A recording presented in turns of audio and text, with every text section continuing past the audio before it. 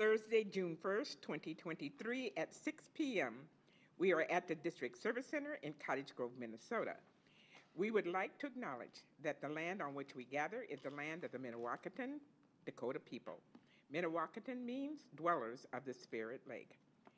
Our first item on the agenda is 1.0, and that is our roll call. Dana? Melinda Doles. Here. Pat Driscoll. Here. Simi Petnaik. Here. Katie Schwartz. Here. Louise Hines. Here. Eric Tessmer. Here. Sharon Van Leer. Here. Next is 2.0, and that is our Pledge of Allegiance. Will you please rise? I pledge allegiance to the flag of the United States of America and to the republic for which it stands, one nation, under God, indivisible, with liberty and justice for all. Next, we have 3.0, and that is the approval of our agenda. Can I get a motion to approve the agenda? Second. Moved by Pat, second by Melinda. All those in favor? Aye. All those opposed? Motion carries. Next is 4.0, and that is our workshop items. 4.1 is the Teaching and Learning English Language Arts Update. That will be introduced this evening by our Assistant Superintendent, Julie. No.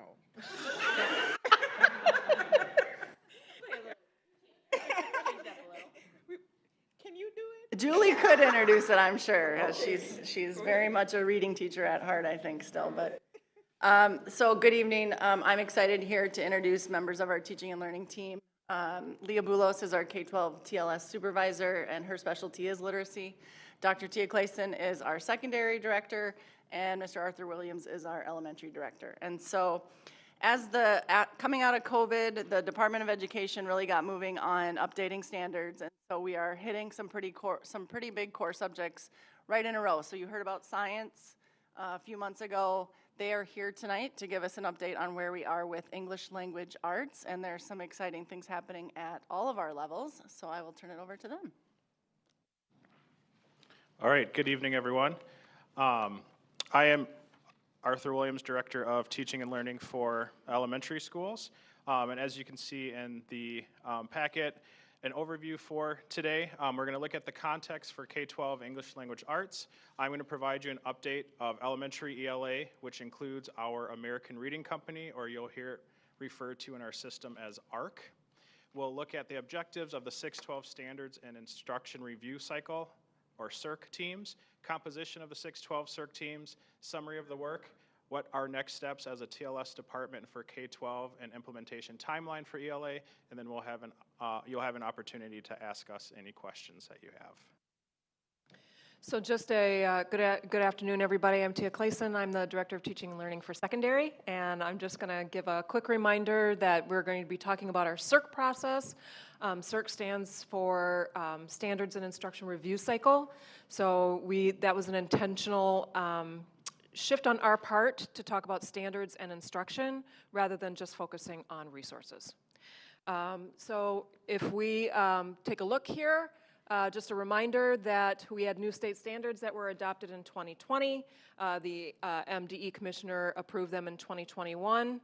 The Reading MCA 4 goes into effect in the 2025-26 school year. So we're taking these couple of years to prepare our students for success.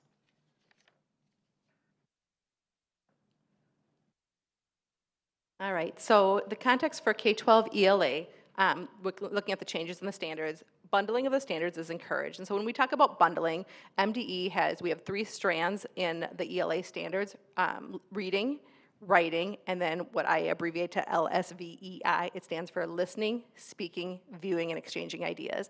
And so what they'd like us to do is take a look at those standards and which ones might overlay with one another and put those together so that things are more integrated, so we're not doing like a reading unit and then a writing unit and then a listening or speaking unit. We are going to be prioritizing voice and choice for students as called out by MDE. This was a big change, or a called out change by MDE. Emphasis on equity and perspective are 2 things that have been called out by MDE. And then the last one is that the literacy standards for other subject areas in the 2010 standards, they were called out for science and social studies and other technical subjects, were part of the 2010 standards. Those have been removed, and those standards now live within those standards. So science has literacy is embedded there, because not very often did we have science or math or social studies teachers that would go to the English language arts standards looking for like, hey, how can I infuse literacy? They're doing many of those things, but it just was better housed within those standards. All right, for elementary, it's been a very exciting year for our sites that have been early adopters for our American Reading Company, or ARC.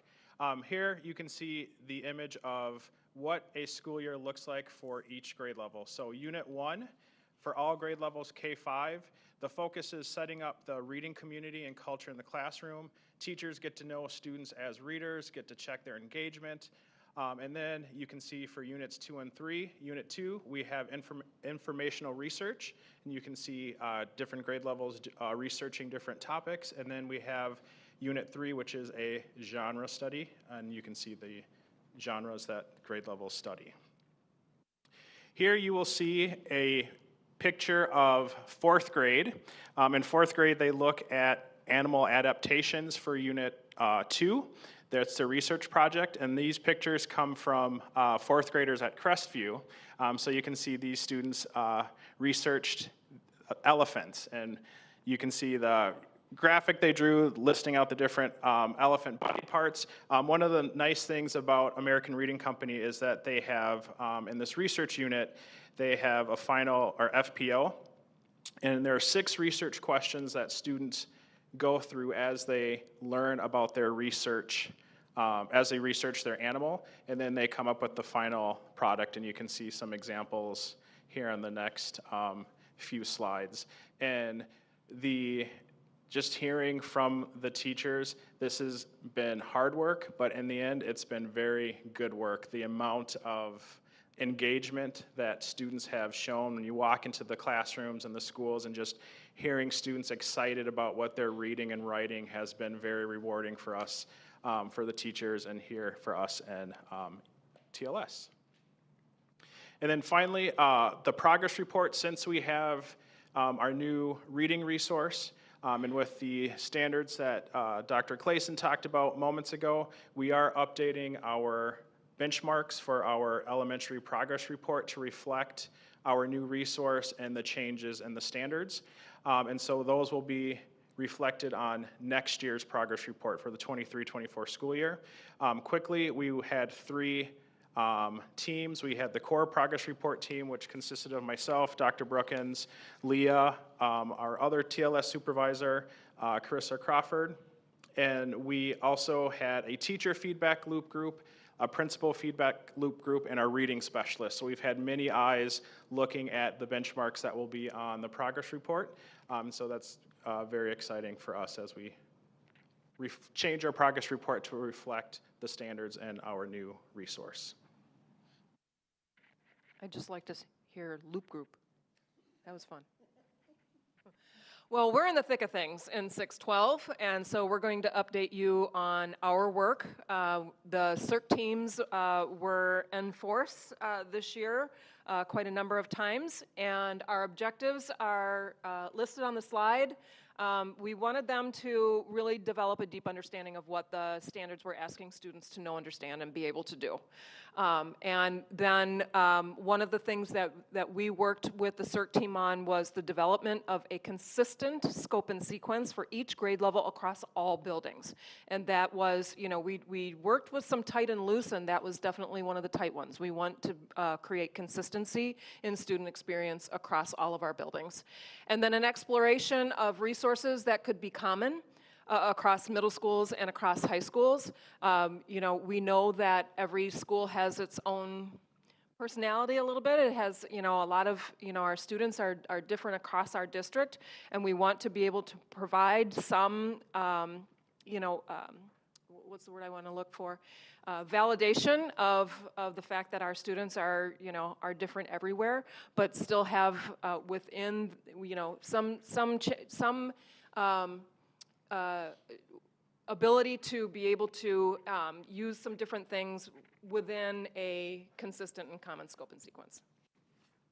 So on our team, who was on our team? We had classroom teachers from all buildings, including SoWashCo Online and Alternative High School. We had instructional coaches. We had representation from our principal group for all of our for all of our meetings, and we had members of our teaching and learning staff. So a summary of the work, we started off by creating, actually one of the things we ended with was creation of a common scope and sequence where we were bundling the standards, as I'd mentioned before, and we're looking at 2 standards, or 2 bundles per trimester. And really what the point of this was is we didn't want a new teacher to walk in and be like, hey, here's 17 standards that we're gonna cover first trimester, go, figure it out. So we had the CIRC team kind of figure out, you know, what is the science of teaching, like what needs to be taught first and in which order, while still allowing for the art of teaching so that teachers could be responsive to the students in front of them. We really grounded our work in the writing standards. We did all of our work with the writing first so that because writing is really the product of what we are reading. And then we looked at possible resources, as Tia mentioned, and then right now we are looking at cross-grade level teams meeting. This spring we had 9th, 10th, and 11th who have already met, and then 12th grade and the middle school teams will meet together in the fall. So one of the first things that we did is we started with MDE. We need to start with what MDE is telling us we need to be doing with the standards. And so they have put out some really comprehensive webinars and resources around the shifts in the standards. So the first thing that we dove into really is calling out, because the 2020 standards are not that different than the 2010 standards, but they're very different than the 2003 standards. And so we started by taking a look at this document that MDE put out for us. Like Leah mentioned, there has been a huge shift from 2003 to 2020. And the biggest chunk of that shift came in 2010, where the standards were, it was the largest revision of standards that I've seen until the 2019 science standards. And I think that the 2 of them are pretty neck and neck as far as the shifts that were made in not just what students had to know, understand, be able to do, but the pedagogy, the instruction for the teachers themselves. The shift ties things. The good thing about the shifts now and the shift from 2010 to 2020 is that it ties things together better. There's a better flow and things are less separate. So for example, you'll find vocabulary standards in both reading and writing rather than having vocabulary called out as a separate entity. Listening, speaking, and viewing, or LSVEI as Leah likes to call it, it was listening, speaking, and viewing, but now it includes exchanging ideas, which is really, really interesting, and I'm really excited about that because the language strands are in here, but it also attends to audience and context. So for instance, if students are doing a debate or if they're providing peer feedback, there are things written in the standards to help teachers and students better understand how they come to a discussion or come to a conversation. This was a helpful document for me because I've been teaching in Minnesota for 16 years now, so I'd never worked with the 2003 standards, but one thing when I went back during this work trying to figure out where teachers are coming from is the 2003 standards I found out only called out literature. There was no informational text until the 2010 standards, and as you'll see later on in the presentation, there's quite a shift to informational text, so that was something for me to understand why some teachers were still thinking of English as a literature class when it really morphed into more of a speaking, viewing, reading, writing class all around. So one of the things that we did is we took a look at the standards. After we looked at the shifts, we really got deep into the standards and we identified some big ideas for both middle school and high school. We worked on a draft of a common scope and sequence that I'll show you an example of in a moment. By trimester, we focused on explicit writing instruction, so what does that look like? And then once we really took a look at the standards and we understood them deeply, we were able to go in and say, now where are our gaps? Where are our gaps in how we teach things and what we might need to teach them? So what do we need to be better at how we teach this, or what do we need to teach this? So this is an example of grade 10 of a bundle that they did. And so we start off with some essential questions here. You can see that we have 2 unit focuses here. So we have a unit on the art of persuasion and understanding complex texts. And we have a unit on the power of voice. And so these are just kind of snippets of it. It's not a complete thing. And then you can see we aligned like what writing benchmarks might be part of that unit, what reading standards, and what LSVEI standards. And then the teacher started to brainstorm some possible assessments. And we'll talk about kind of why we did that. You can see the highlighting here for the writing to persuade. One thing that's different in the 2020 standards is that it calls out writing to persuade and writing to argue as 2 separate things. And so the teacher said, I don't know that teachers will know right off the top of their head how it is different. And so we need to tell them how writing to persuade and writing to argue are different. So we highlighted that as a point that we might need to revisit in professional development. And just they did that for the MDE standards, just to let you know, because the 2019 National Assessment of Educational Progress, the NAEP exam, has also called out argument and persuasion as two different strands. And finally, as I mentioned before, these are the test specs for the MCA4, so the new MCA that will be here in 2026. And you can see by grade band, there's grade 3 through 5, the middle school grade band, and then the 10th grade MCA, what percentage of items are literature or fiction, and what are informational text. So you can see at the secondary level, 50 to 60% of what the standards call students to do is informational text, and in 10th grade, it moves to 60 to 70%. So you can see that over the last 20 years, there's been a very big shift from basically teaching all literature to now expecting that students are doing 60 to 70% of their reading as informational text. And this is going to take a bunch of different forms. We still will be reading literature, of course, but it might be that we're pairing newspaper articles to go with it, or memoirs, or different things like that that are considered those informational texts. And this also speaks to a really great opportunity for us to do disciplinary literacy and teaching students how to read like scientists, how to read like historians. And so we're really excited about this change.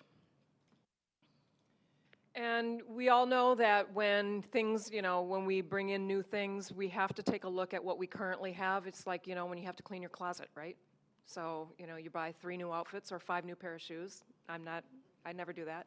And I have to go and I have no more room, so I have to figure out what needs to go. So with the teachers, we began some conversations, and I'm not gonna sugarcoat it. They were courageous conversations, and they were really thinking deeply about what instructional practices we currently have and what we might need to let go of to bring in new ones, and what resources we might need to let go of in order to bring in new ones. So we have a lot that we can use. We have a lot of talent that we have. We have great instructional practices that we utilize, but what else can we bring in, which means what can we sunset? And sometimes this might be a favorite unit or a favorite text that was taught, and just trying to figure out where does it fit in the common scope and sequence now. And there's been some really, like Tia said, great conversations around this, and the collaboration across especially at the high schools, because we've gotten a little further with high school, has been something that in my 8 years in this department I have not seen. And even the friendships and the collaboration, we'll talk a little bit more about what's happening this summer with them, but it's been really exciting. So we've had the CIRC team and we've done some great work, but that is a limited number of teachers. And of course, our job is to support every single 612 ELA teacher in our district. So here are some of the things that we've done to support all of our teachers. After each CIRC meeting that we have created a talking point memo that goes out to our CIRC team members and the principals, and then they share it out with their entire department after each CIRC meeting so that they know exactly what's happened, so they have access to all of our documents, the scope and sequence along the way. We've also sought and incorporated feedback from all teachers. So even if they're not at the table, their feedback is valued. And so when the scope and sequences were being finished up this April and into May, we sent out a survey for them to provide feedback on what worked, what's not working for you. I held Zoom open office hours for questions and answers because I knew that for some this might be, they maybe weren't reading my emails because they had other things to do. And when it became a little bit more real this spring, there was going to be questions. And so for both middle school and high school, we had open office hours and we had teachers attend those and ask questions. And they were really great questions. We surveyed all teachers about the types of resources that they might need. What do you think you might need when you're thinking about teaching vocabulary, when you're teaching different texts? What kinds of things do you need? Because we want to make sure that we can gear our work this summer and beyond to what the teachers need in their classrooms. We are working to gather all grade level teachers, including special education and English learner teachers, to learn and collaborate for each trimester scope and sequence for 3 full days. So like I mentioned before, we did that last week. Was it only last week? And the week before with 9th grade, 10th grade, and 11th grade. We had a full day with each one. 12th grade opted to go in the fall, and middle school will go in the fall as well. And then they'll each have a day for 2nd trimester and a day for 3rd trimester. And then, like I mentioned before, the collaboration, there was an opportunity for summer curriculum writing, and all of these teams are actually cross-district teams. And so we have teachers from every single high school working on 9th grade curriculum writing this summer and 11th grade curriculum writing this summer. So it's been really, really exciting that we're breaking down the silos and we're working to create great work, great things for our students, and we're working smarter and across the district. And finally, we have some optional summer book clubs for teachers to do some professional learning for themselves. On the elementary side, what it looks like for the next 2 school years. For the 23-24 school year, Newport will begin their ARC adventures with us. The 13 sites this year were early adoption sites. Nuevas Fronteras already had ARC, so we joined them, and Newport will be joining next year. As well as Newport Valley Crossing will be implementing ARC's IRLA, and IRLA means Independent Reading Level Assessment, and that's where, that's the assessment teachers give to see what level their students are at. And then for the 24-25 school year, Valley Crossing will be joining us with ARC. So on the 24-25 school year, all 16 of our elementary sites will be using American Reading Company. At the secondary level, like we mentioned before, grade level teams are coming together 1 day per trimester. You know, when they come for try 2, they're going to do some reflection on try 1. You know, it's not perfect out of the gate. Actually, every year, you know, might have some revision, but to reflect, to plan, and revise. And we're continuing the conversation of secondary resources as teams create units. We're talking about, and the teachers themselves are talking about building common assessments, and which is based on standards. And then we're having all of our documents that we have created. We're putting them, we'll be putting them in the staff portal so that all staff, including our principals, have easy access to it. So when they're going into a classroom, they know exactly what's going on in there. So that's our work for next year. In 24-25, it's full implementation of all of the scope and sequences across 612. We're going to be beginning a concerns-based model adoption stages of work, stages of concern work to see how the implementation is going. And 24-25 is the first administration of MCA4. So, questions? Thank you guys so much. This is very exciting. I did have a couple questions. So, Tia, can you talk about how, for the integration across, or the scope and sequence, what happens for kids who take atypical classes, like maybe you're taking an AP class or CIS class, or you've got some other kind of class there. Right. So that's a really good question. We've talked with our teachers about the fact that if we're offering an honors English class, that is still under the purview of the Minnesota State standards. And so the scope and sequence will be the same, but the work within that will be at a deeper complexity, you know, a higher reading level, that kind of stuff. For IB English, for AP English, for CIS English, those are all courses that are considered by the state of Minnesota to be beyond the Minnesota State standards, and so they will be utilizing the University of Minnesota or the College Board or the International Baccalaureate to work on their scope and sequence. Okay, and then for the scope and sequence, you know, I have, when my kids have been in school, like, there's been some opportunity for independent book choosing in, you know, English classes, and so will the scope and sequence, it feels very loud, will the scope and sequence across the 3 schools get more common reading materials, more common literature, for lack of a better word, you know, so in try 1 in 9th grade, in honors English, all 9th graders will be reading The Catcher in the Rye or whatever. And that's the work of the team. So the best thing about these standards is that they do not call out authors, and they do not call out you know, titles of books, right? They call out skills that students need to know to, you know, finding evidence and, you know, argue points and, you know, author's purpose, that kind of stuff. And so, you know, we want to honor the art of teaching. And so, you know, there might be something that they use for the standard bundle at Park that they may not be using at Eastridge, or they may. You know, the teams of the teachers are coming together.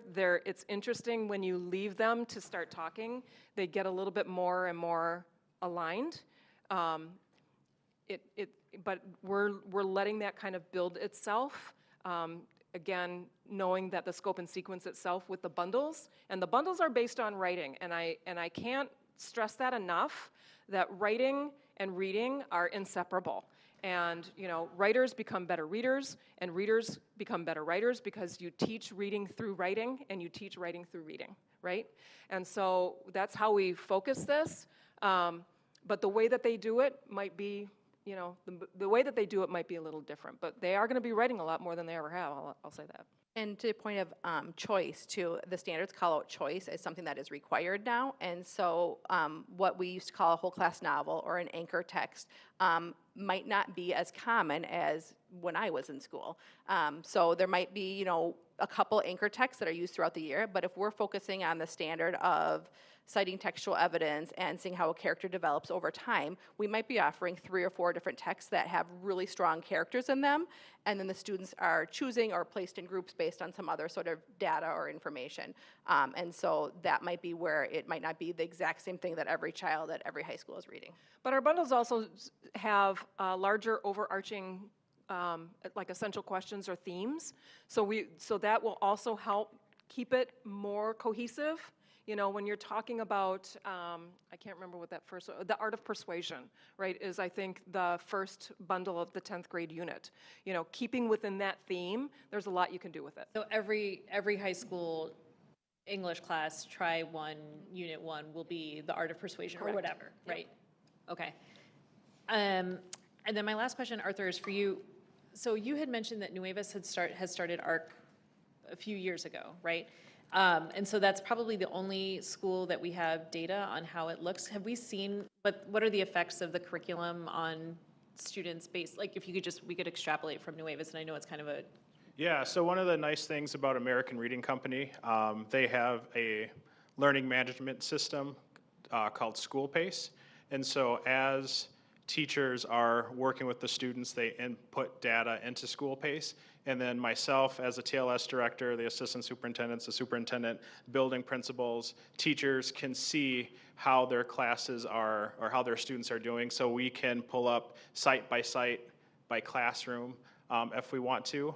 And so it's really hard to say exactly how Nuevas is. I mean, we've spent a lot of times, and Dr. Brookins can expand if he'd like to, but one of the focuses of our learning leadership labs this year with ARC was looking at the data and how do we as leaders really look at the data to make informed decisions to inform our instruction. And so that's something I can share, and you'll see it as the years go on, but that's School Pace, and so that's part of.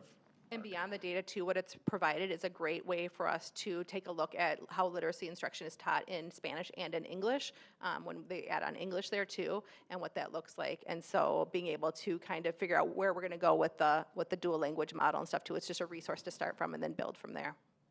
Okay, and then I lied when I said that was my last question. I do have one more. So I saw in the paper that part of the new education bill has increased funding for phonics. So is that integrated into these standards already? Or like, was that already part of this and this just provides more funding for that? Or how does that work? Or maybe it's too early to know?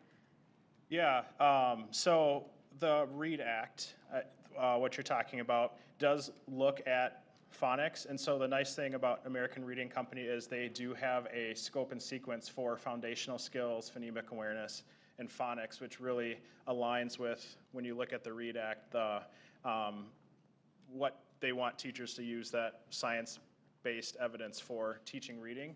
And so ARC does provide that for our teachers. It's nice to have a scope and sequence for foundational skills in K-5. In terms of the funding, though, I think it's still a little early to figure out what it's going to be used for. But yeah, they definitely want to support districts to make sure that we have all those components, and we feel pretty confident that that we have the components there that are needed. But we don't know exactly what the money coming in will look like. But we're excited that it's there. That was one of the things that we were looking at when we were looking at curricular resources K-5.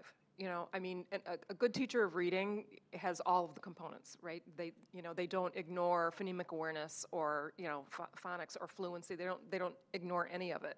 So that was when we were taking a look at resources for K-5, that was definitely part of our rubric and our focus. Okay, I'm going to cut you off now. Oh, all right. Any other, Pat?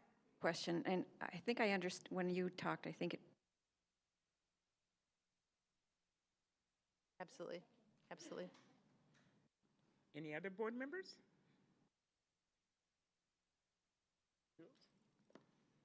Okay, well, thank you, everyone. you. This was a wonderful presentation. Thank you.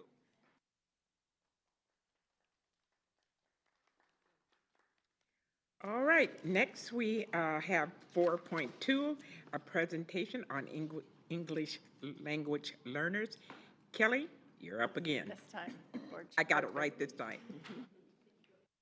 All right, so our next topic tonight is around our English language learner services. MDE is also moving towards multilingual learners. And so these are students who speak a language other than English. And so we have some exciting new developments. And Nikki Clymer, our EL supervisor, works within our teaching and learning department, but crosses over into a lot of the work with the assistant superintendents as well. So looks like Leah's going to stay with her. So excited to hear more about, and they had an amazing family picnic this last week, and I know she's going to talk about it, so I won't take the thunder away. So, nope, go for it. Hi, good evening. Can you hear me?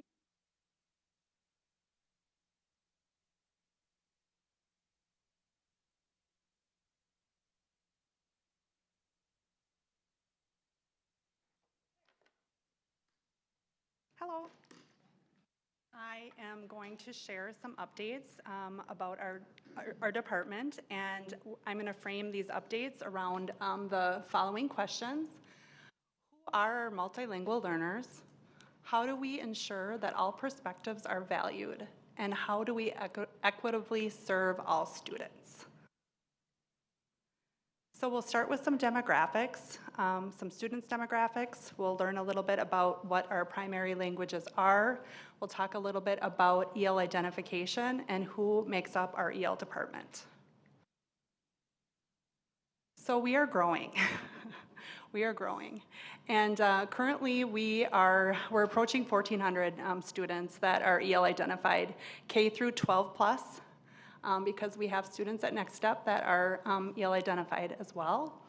And our multilingual learners are, I know you've probably heard this from Julie, but 63 different home languages that are identified at enrollment. Our ELs are emergent multilinguals who often speak 3 to 4 languages. And we have representation in all of our buildings in our district. So here's just a visual of where we are last week, actually. Spanish, Hmong, Mandarin, and Somali. And then you see the beautiful rainbow of all those other colors that represent the other languages that are identified with our students and their families. So Arabic and Vietnamese are up there after the 4 that I mentioned. So our department is also growing. Along with myself, we have 14 EL teachers, 5 of which we just hired a couple weeks ago that will be starting in the fall. 10 EL paraprofessionals, and a new addition to our team this year is an EL district liaison. I just want to briefly just state that the EL identification process is mandated from MDE. Often families will ask, well, why do we do it this way or that way? And those guidelines are given to us by MDE. And just to summarize, when all families enroll, they complete what's called the Minnesota Home Language Survey, and they answer questions around the language that they're exposed to at home or that they speak. And if it's indicated that that is a language other than English, we screen students to see if they qualify for EL services. And EL identification needs to happen within 30 days of the start of the school year. After the school year begins, then it's a 10-day window. So it's kind of tight. Building community, this is something that I'm really working hard to strengthen in this district, and family engagement and multicultural opportunities are they're increasing. EL family engagement is a requirement of Title III, which is the English language learner funding.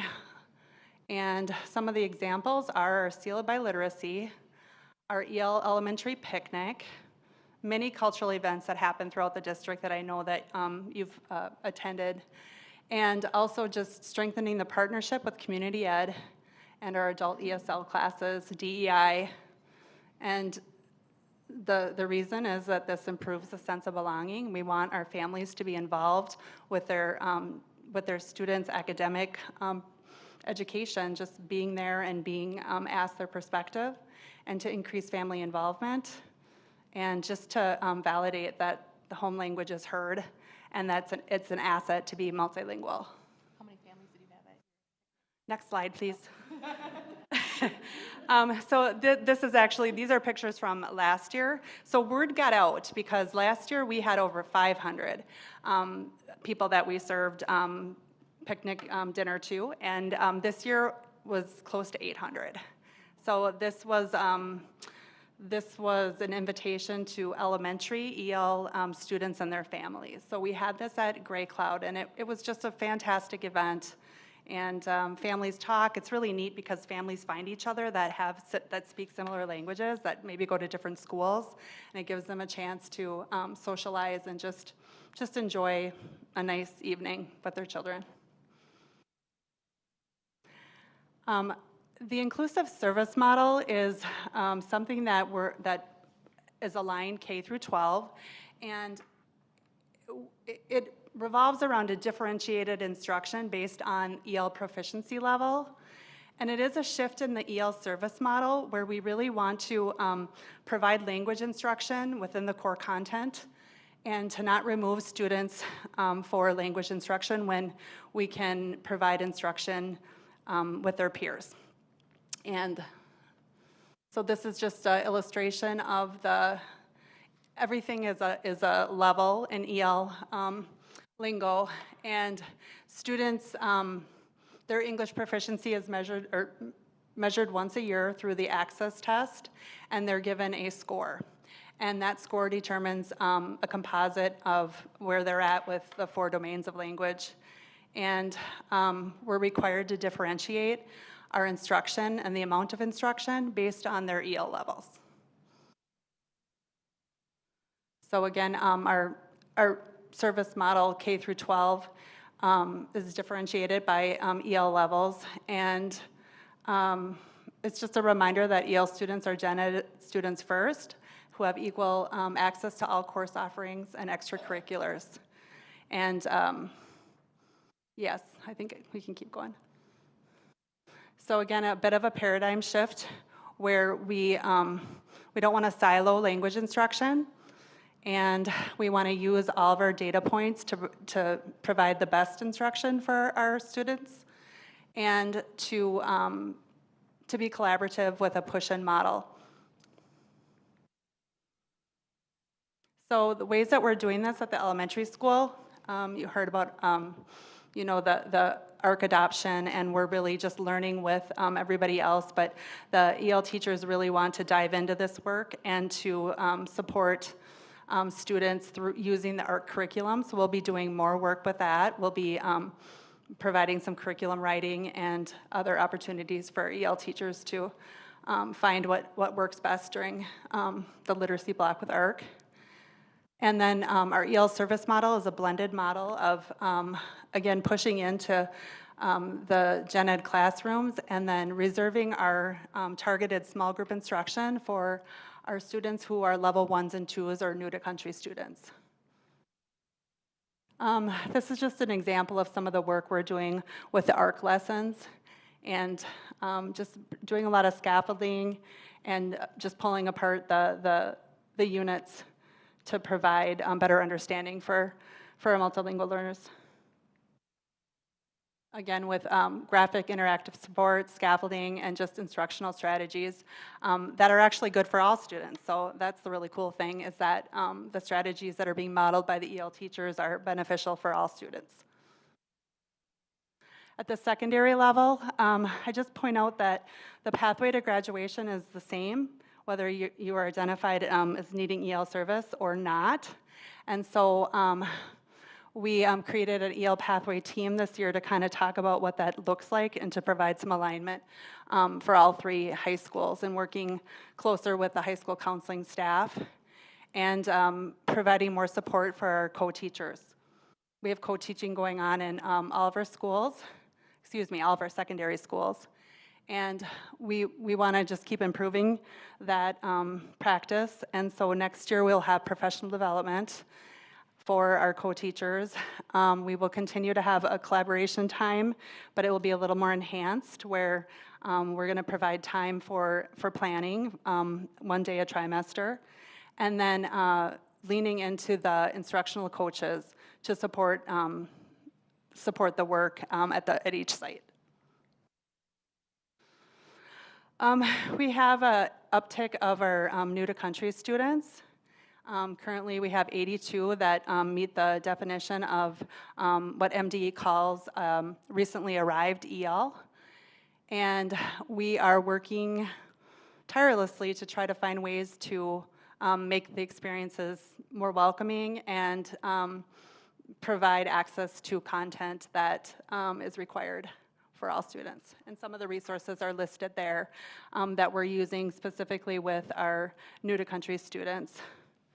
We do have 3 teachers at our high schools that are dually licensed, so they can teach a standalone ELA class, and they actually attended the ELA CERC process last week.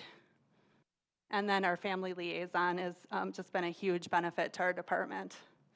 So some key takeaways.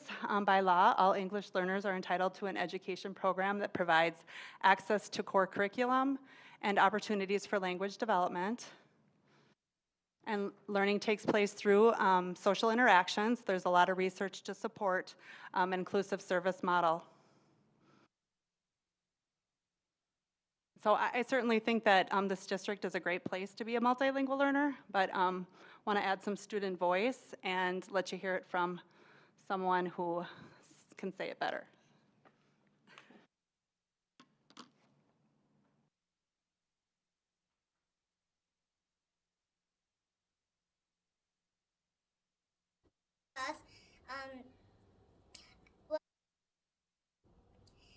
EL class helped me because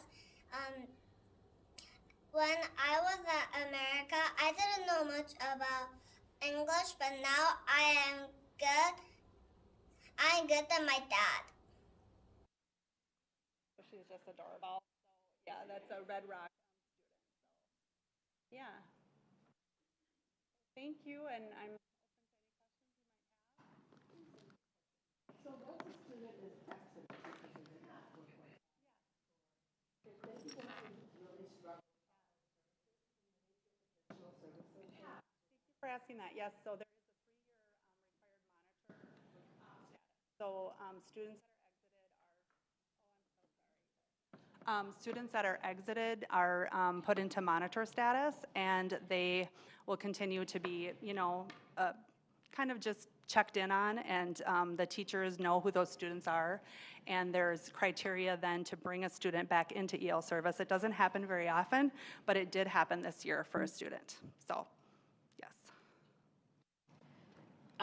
Can you talk about how kids get evaluated? So is it every child whose parents indicate that they speak a non-English language at home is automatically put into some test group, even if they do speak English at home as well? Yeah, so many of our students that receive EL service were born in the United States and may have somewhat of an English proficiency. There's 4 questions that are asked on the home language survey, and they are: what language do you primarily speak at home? What language are you exposed to? And 2 other questions that are very similar to that. And if a family indicates another language other than English, they are, it's kind of a comprehensive umbrella, because it captures a lot of students. And we have students that don't qualify that end up getting screened, but again, these are MDE procedures and not our district's. Yeah, so then they are, we first look to see if they already are identified, and if they were in a Minnesota school district, we can find their EL score, their access score in the Minnesota Student Assessment database. So that, yeah. I was just going to add, we also, parents also have an option to opt out of. Yes. Absolutely. So if they, even if they qualified through the home language survey, they could still decide to opt out of being tested or being part of the EL program as well. Okay, do we see that frequently, or? Yes, we do. I guess I don't know, I could find the exact figure, but yeah, every year we have opt-outs, and it's a dual opt-out because you have to opt out annually for EL service and for testing. So some choose to not participate in the EL service, but then they still want to take the access test because if they exit, then they're done. So yeah. And so it allows for us to do, it allows for families to do that they can just take the test and stop getting the emails? And so every student that's identified as EL receives a mandated letter in the fall that gives all the guidelines, that tells them that they have the right to not receive service, that they will be tested in the spring for their English proficiency, and a few other things. So that letter goes out to, this year will be probably 1,400 students. Yes. And after the letter goes out, that's when we, get calls sometimes, or families just want more clarification, or thank you, but we don't want this service. And, okay, oh, interesting. Okay, and then the access program, you said or the access test, if you've taken it anywhere in Minnesota, there's some database or wherever where your scores, but that's just a Minnesota-specific test, or is that externally normed as well? So yes and no. So we're able to find scores that are Minnesota-specific, but Minnesota has chosen the state to adopt the WIDA consortium, and the WIDA is the assessment that we use, access, and that is used in many other states. So if they're coming out of state and it's a WIDA state, then we can try to find that score too. Thank you. Nikki, is the state talking about the reference to MLL? Sure. There are a lot of talks about that, and I really like the terminology. The one concern I have is that we have multilingual learners in our district that do not qualify for EL service. So how do we differentiate that? Yes. That acronym has been through so many iterations of ESL, ELL, EL, and it's always trying to figure out the reference. The teachers hold an ESL license from the state, so it is a little confusing. And I was just going to add also, it also is under the umbrella of Title III. So if you hear Title III, that's also EL. So. And those are federal dollars that we receive. Correct. And Nikki, you didn't toot your horn enough about the EL picnic that we had, because honestly, I arrived after our next step graduation, and there were so many kids on one playground and laughing and running and playing, and it was the most gorgeous night. It was a great opportunity for families to talk. They were in lawn chairs, had a meal. There were activities from community education. We had our EL teachers there, a number of our other EL and supportive staff there, but Nikki's family was there serving food, just helping their mom out. But just a wonderful opportunity for our families to get together. So thank you. I do have one more further question. So how do you differentiate if you have a student in the EL program and they're struggling? How do you differentiate whether it's due to language or whether there's some special needs or learning disability going on? So we have many students that are dually identified, and they're two separate processes. And so one service doesn't trump the other, so there are different ways that students are brought into both special ed and EL. But it can be tricky sometimes to figure out, is this an academic gap or a language gap? And sometimes it does get blurry. And it's hard. I don't have like a really clear-cut answer other than working with the student. It often depends too on the student's literacy skills in their first language.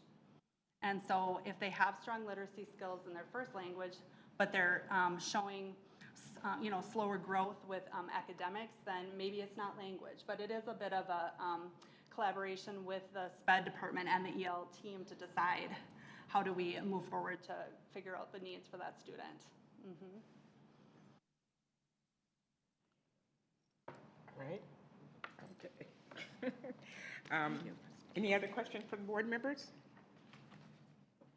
Nikki, thank you so much. Thank you very Wonderful much. presentation.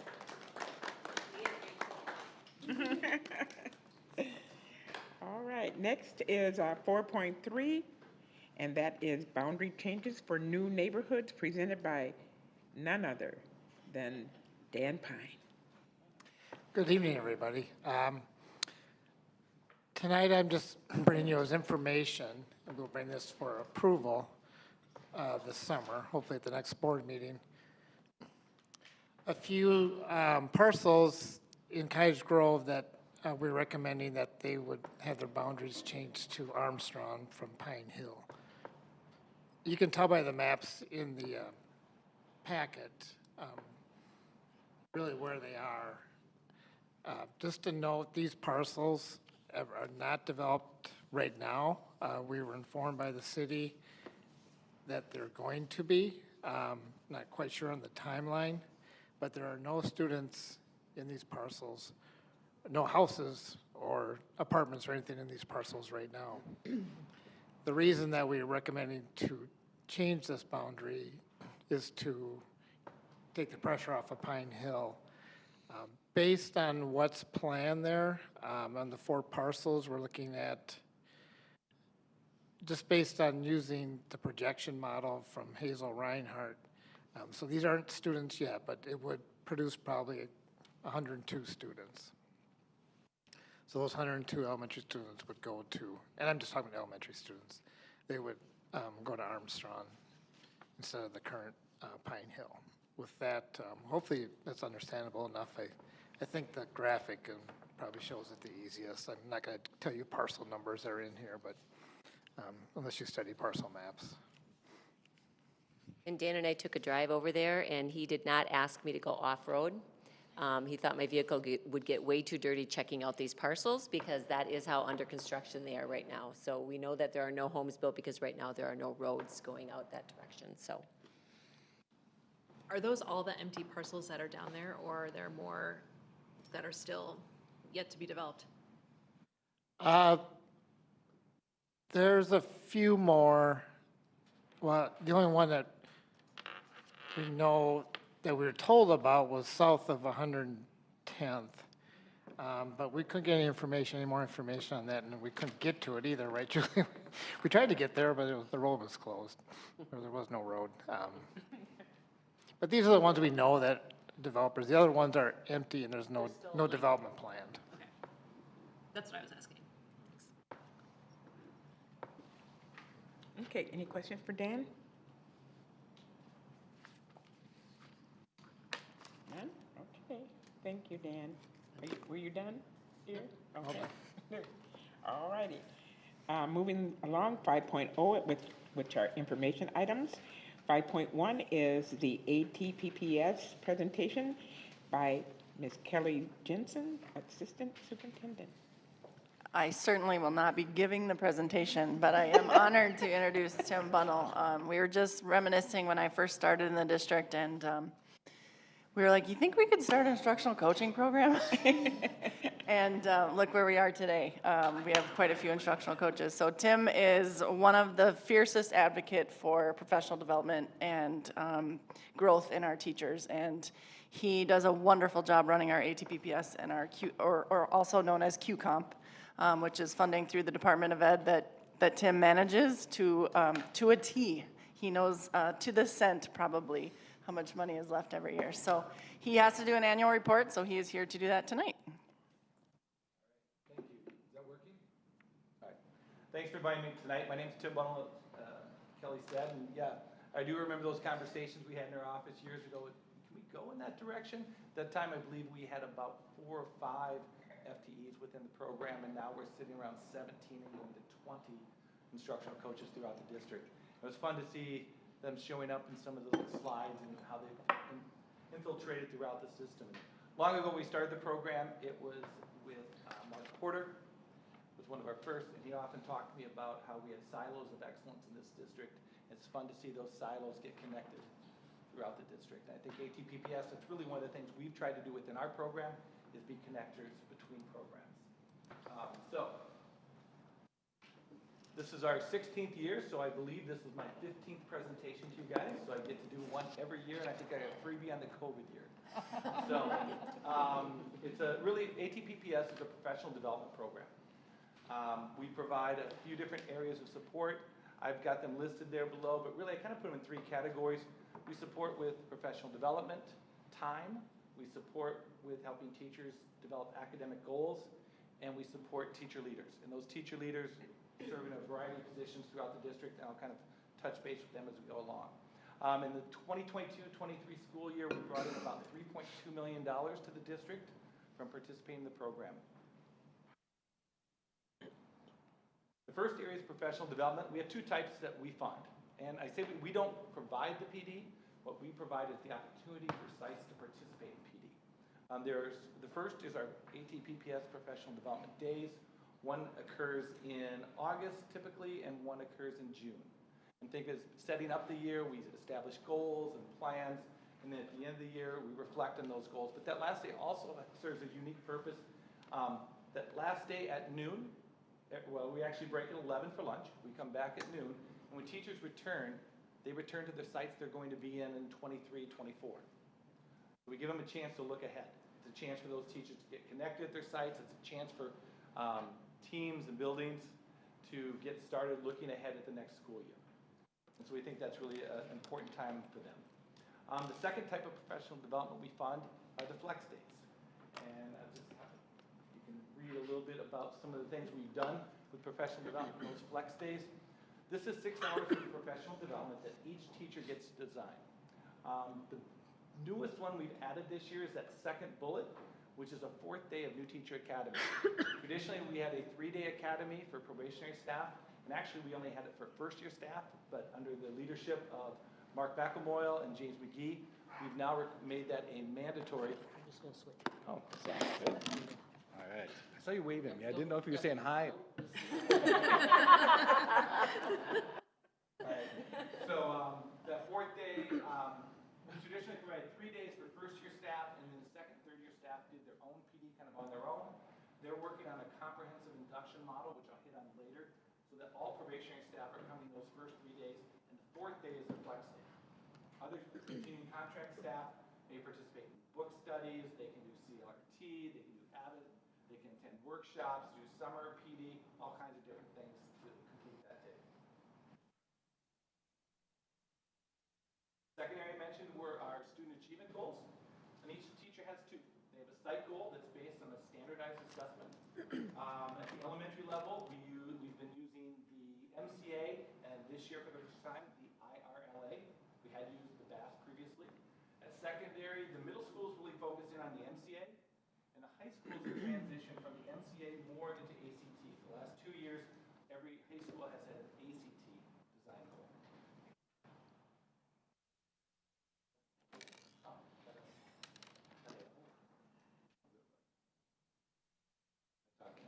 There you go. Better? Okay, I was holding them. New into stuff. All right, so we were an individual teacher goals, and each teacher has an individual goal for the students they work with. Those goals are designed by teachers and are based on assessment, either the professionally developed or they design 2 categories. They can be student achievement goals, academic, or they can be social learning goals. Now, as we get to the third part I talked about, I'm a soccer guy, and this really kind of encapsulates the vision we see for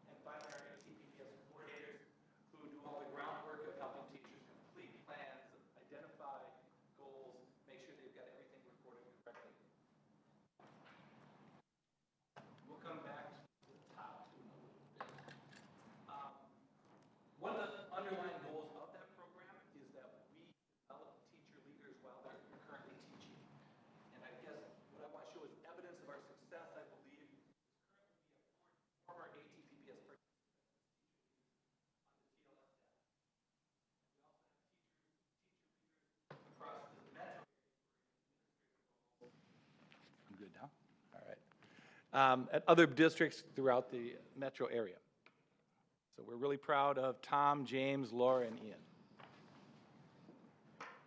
Now, our peer coaching program is probably among our teaching staff, other than compensation, it's their favorite element of the program.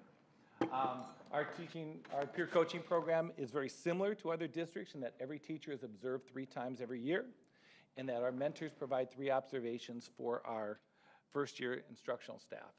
How it's different is that we let every teacher coach.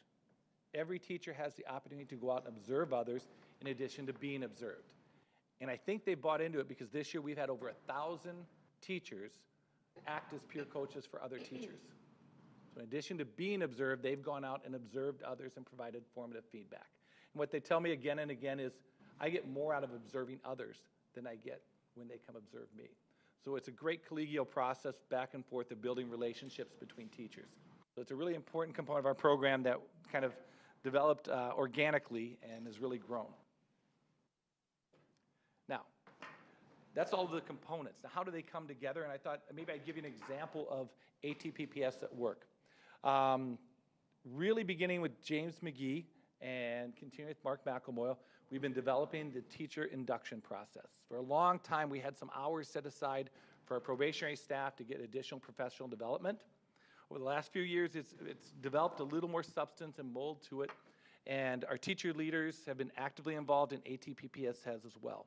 We provided that 4th day of professional development, so all of our probationary staff, instead of getting 22.5 hours of new teacher training, get 30. So we had a 33% more training for them. And when we get to the new teacher academy each fall, this year our instructional coaches will be providing much of the professional development during that academy.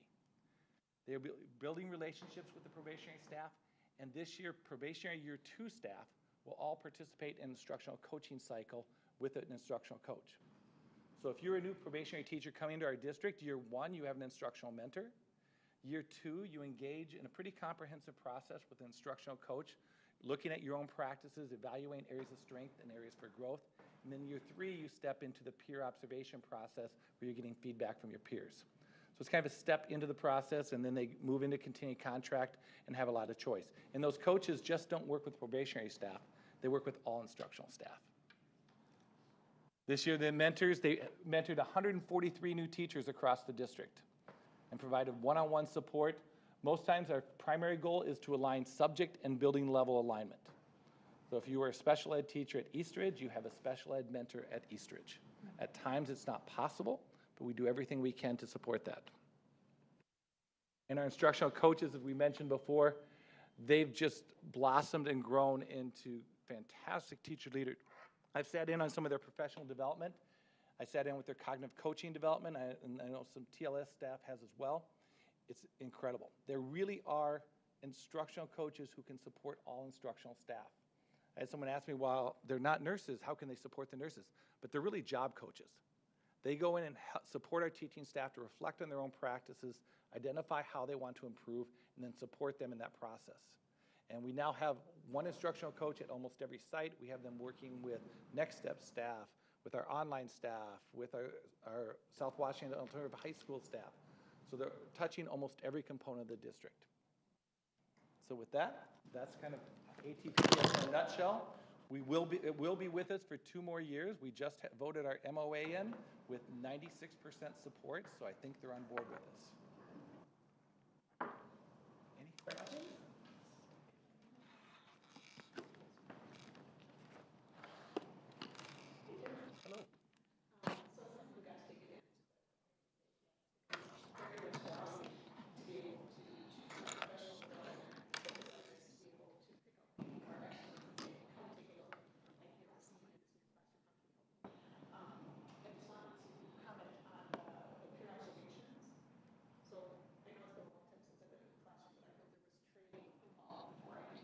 Observation with someone else, and I'm assuming that is so what we do is we provide, we went virtual for a couple years in that training for our new teaching staff. We are back to a live in-person, about an hour and a half, 2-hour training to get them kind of orientated to the program. And then we provide an ongoing, probably a 30 to 45-minute training online each year for every coach. And I think we had 1,350-ish coaches finish it this year.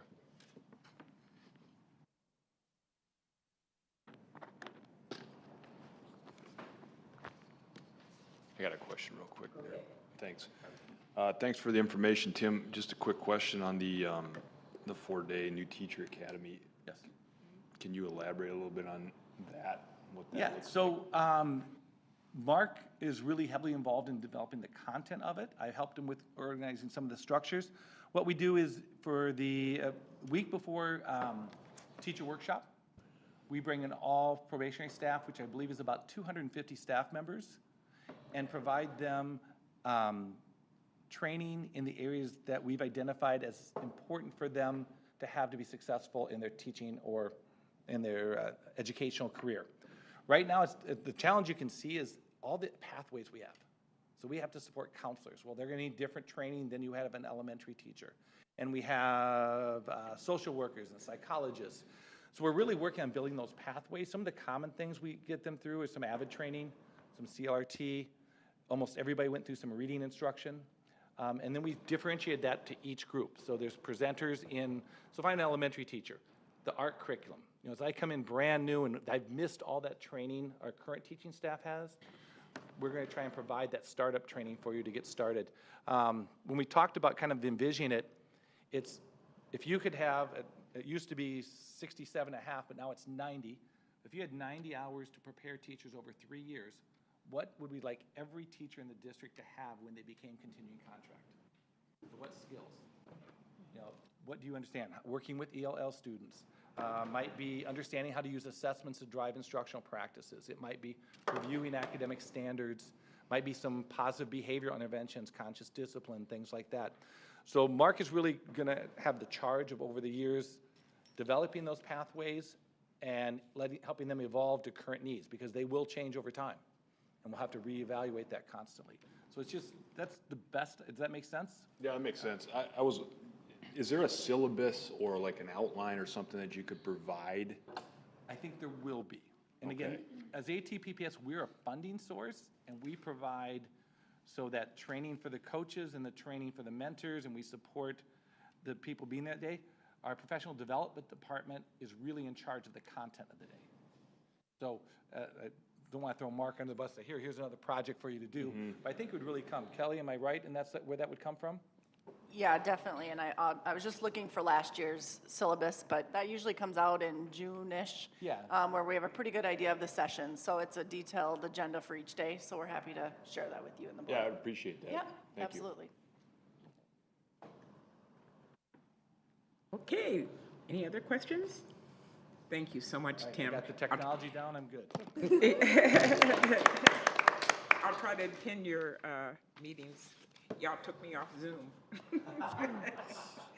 All right, next we have 5.2, the long-range facilities final draft plan, and that will be presented by Kristine Schaefer, our Assistant Superintendent, and Dan Pyan, Executive Director of Finance and Operations, and Julie Nielsen, Superintendent. Don't forget Julie. In there, didn't you? All right, good evening, everyone. We are here tonight, as promised, to talk through and present to you our final draft recommendation for long-range facilities. So first, we're going to go back to where we started and review the guiding change document. So remember, we had our current reality, our results, and our unacceptable means. So let's just quickly go through our results. So part of our results were to use the information from our demographic report and our community input to create this 5-year plan and prioritize our needs and take into consideration the current economic condition. We talked about considering boundary changes, and we also talked about creating a funding plan. So those are the 3 main results. And our unacceptable means, and the other one is not ignoring our current economic conditions again, using the input from our community and staff and the results of the survey and our demographic report. So a big piece of this, as you will see, and we will show you some updated graphs on all of the input that we've gotten, is that we really took into consideration that community and staff feedback when you see what our final recommendation will be. We will also not bring forth a plan that closes an elementary school, and tonight you will see us bring forth one plan, not multiple plans. All right, and I know that that you've seen this many times. Again, this is our feedback loop, and the important part of this, our process, the important part of this is that feedback loop that we have involved parents, community members, students, and staff, and I'll go through all the meetings that we've had, but we want to show you that we have exhausted all of our feedback pipelines throughout this process. All right, and Sean put together just this quick timeline to show where we've been. So August of 2022, that failed referendum. September to November, we had dozens of listening sessions with staff and community to gather feedback around that failed referendum. December, we did the community survey. January, the demographic study, and then spring, from March to May, we've had 3 community meetings, 3 meetings with our parent advisory groups, and 3 staff meetings at every school and department in our district. And in addition to that, we've had 2 bus tours with our elected officials and also a lunch and learn with elected officials to show them and present the information to them and gather their feedback as well. We've met with business groups to discuss the plan. We have sent out a community postcard inviting everyone in our district, all district residents, to our community meetings, and that is all residents, not just parents in our district, and also a printed newsletter to all residents of our district with all the long-range facility information in that newsletter. All right, Dan. And as Kristine had mentioned, some of our feedback was in the form of a community survey. A survey that was done by the Morris Leatherman Company, and it was interviewed 500 people representative of our school district. And really the main takeaways from that survey were that secured entrances and high school classroom additions and middle school classroom additions were supported, but for a tax increase. We also had another demographic study done by the Hazel Reinhardt Consulting Service. And with that, we can see that our enrollment is still rising, but not rising as quickly as it was 2 years ago. So from that demographic study, we were able to see that what would it look like if we did nothing in 5 years? So currently we have 4 schools that are over capacity. Right now we have 2 high schools, 2 elementary schools. At or over capacity within 5 years, we would have 7. We'd have East Ridge, Altman Middle School, Pine Hill, Gray Cloud, Bailey, Liberty Ridge, and Red Rock. And we'd also have 3 secondary schools, 2 high schools, and a middle school that are within 5% of capacity. All right, so this is just a quick reminder of the plan from August of 2022. So the items below in the white boxes are all the items that have been removed from the previous plan based on feedback that we've gotten from our community and staff members. The items up in the blue are the items that still remain.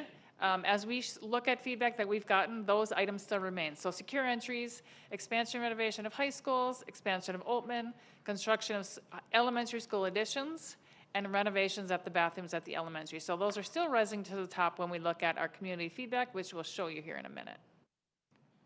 And now we go back to the ever important unacceptable means, because we went back to this many times as we had our discussion to say check, check, and check.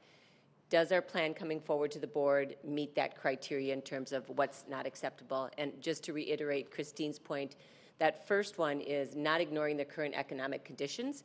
We know that even our economic conditions right now aren't great. Input from the community and staff, results of the survey, and updated demographic reports. As was said by one of our leadership members, this is not your plan or our plan, it really is our community's plan. And so we really took to heart the feedback that we got in constructing this plan. So with that, our recommendation to the board, and of course this is in draft and we'll have conversation at the end, is that we would put together a package. Question 1 from the leadership team's perspective is our highest priority. And across all of the feedback loops, the demographic survey, these 3 continue to rise to the top. And those 3, which we will break down and get into more detail, were the security pieces first. So those secured entryways at the schools that currently didn't have them. The second was the planned addition at the middle school, Altman Middle School, along with filling in the pool at Woodbury Middle School, so that's a usable space and not just a hole.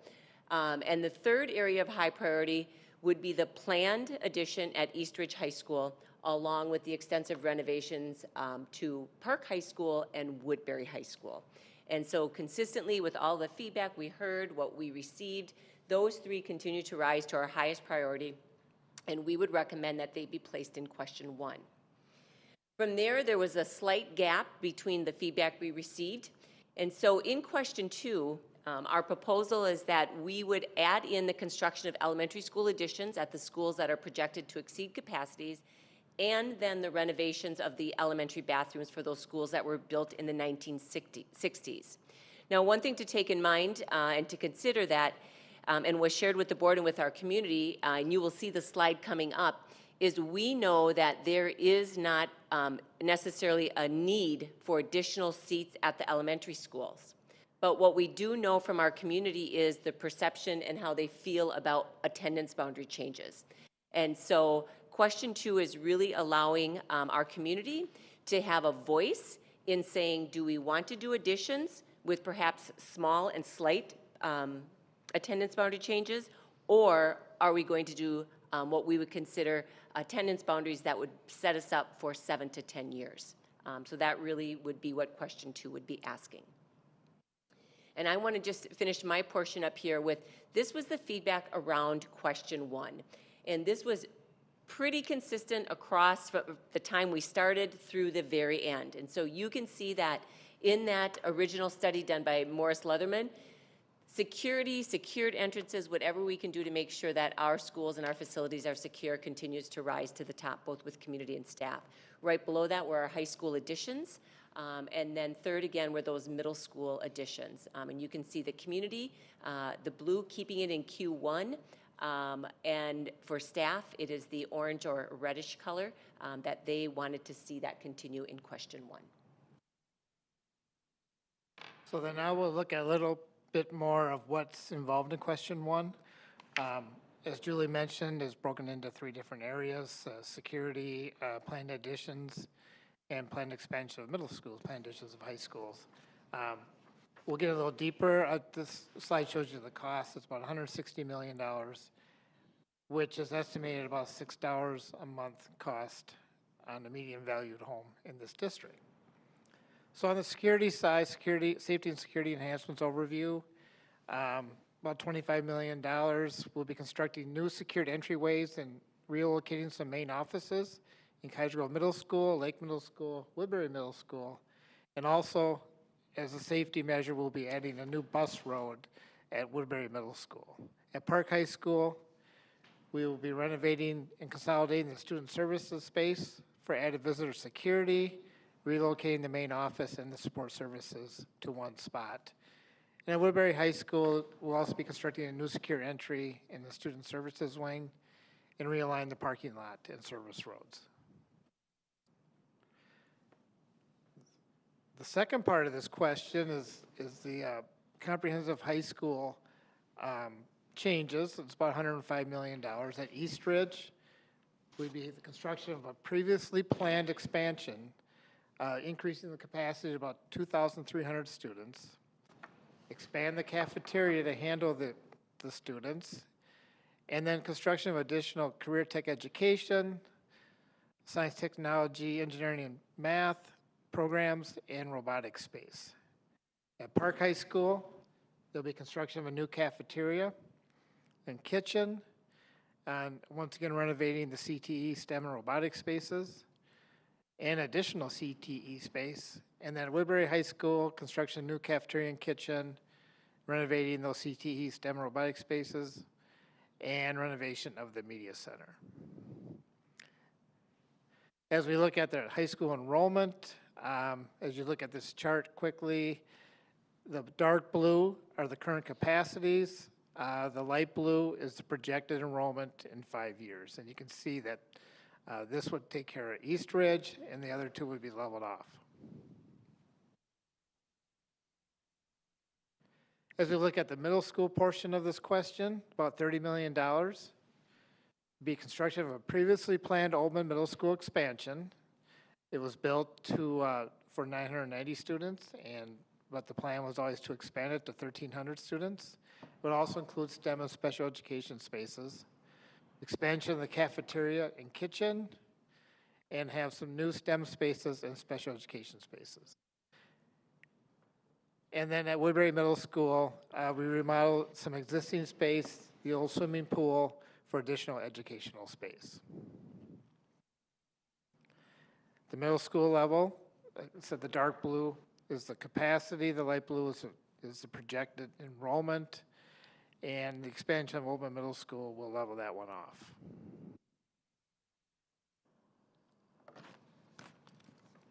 All right, so now let's look at question 2.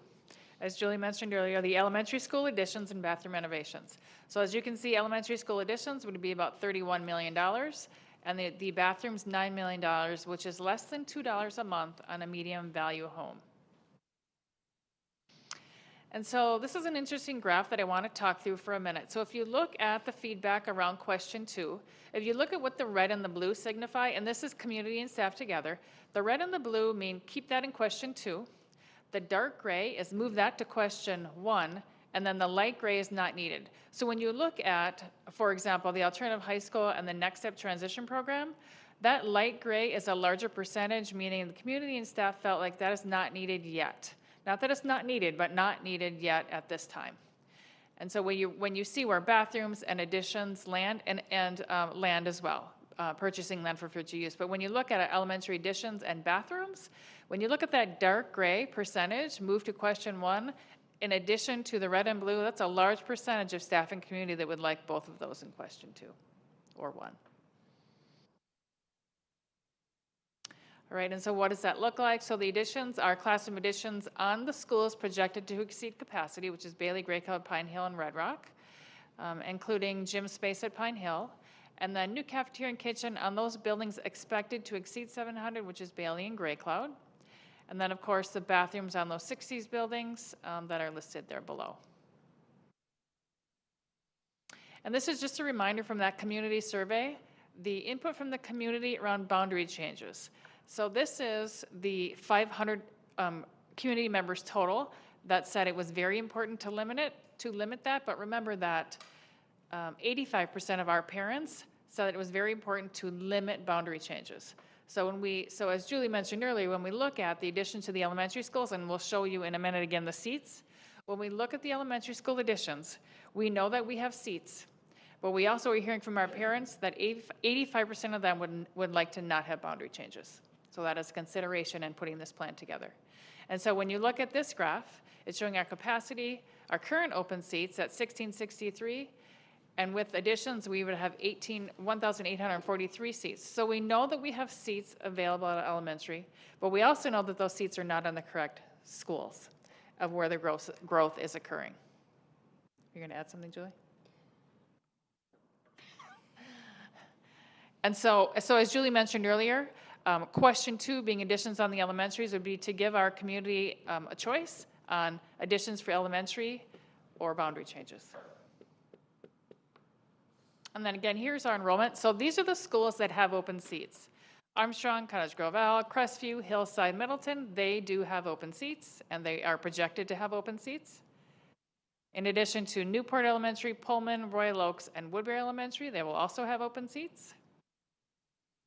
And then here are the schools that will be over capacity. The ones that we had mentioned putting additions on. Bailey, Gray Cloud, Liberty Ridge will be a little bit over, Pine Hill, and Red Rock. And then these are the schools that we can control their capacity because these are choice schools, Nuevas and Valley Crossing. And I'm going to round out with the other priorities that were considered, mostly just to make note that this is a not yet. I think depending upon the outcome in November, that will also lead to next steps. Because while this is a 5-year plan, we know that there may be things along the way that we have to go back and address. And the first one is that space for the Alternative Learning Center. And as I said, the need still exists, but you could see from the feedback we received, it includes about 120 students. Right now, our alternative high school serves 11th and 12th graders, and our goal, with it being a not yet, is that in the future, whether that be 2 years, 3 years, that we are looking for a space, something to accommodate 9th through 12th grade students for alternative high school.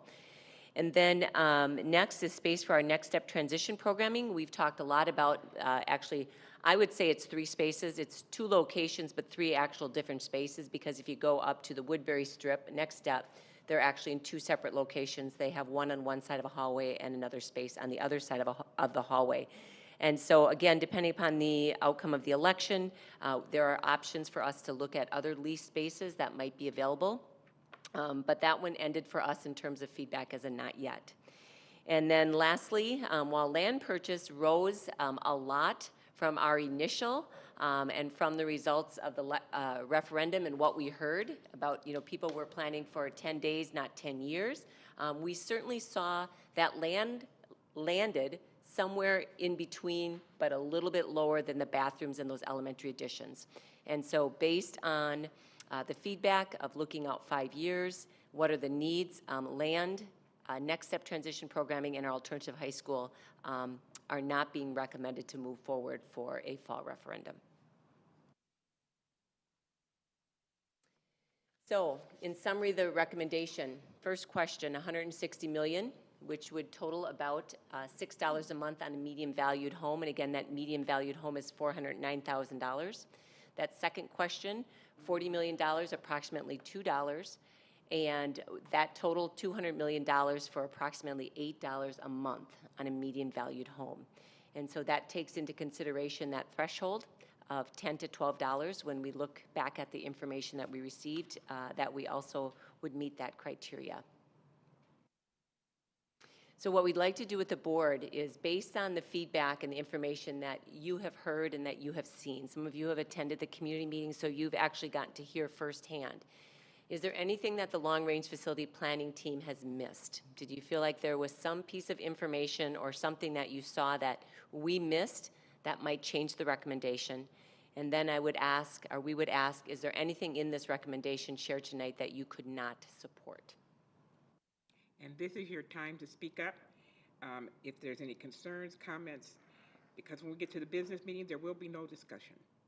This is where you're asking the questions, and we'll decide here tonight, when we get up there, that we are unified. This is what the community has asked us to do.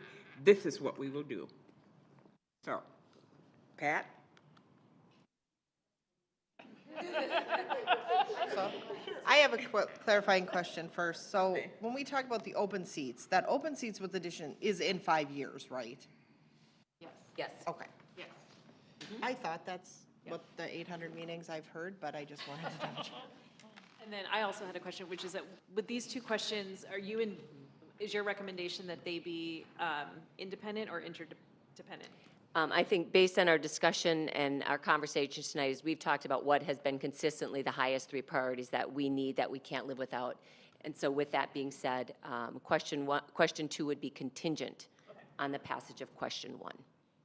Okay. I have a question. Well, I was going down the line, see.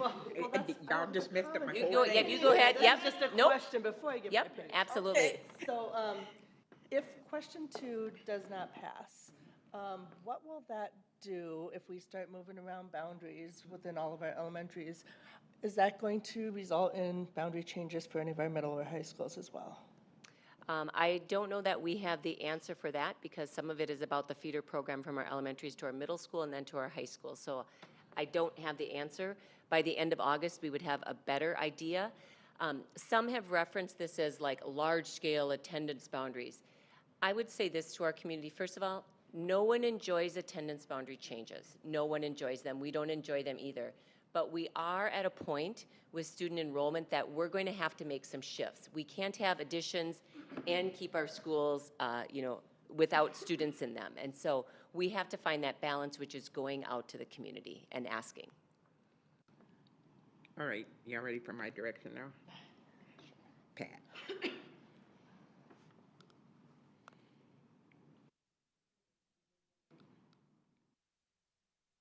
Talk a little louder.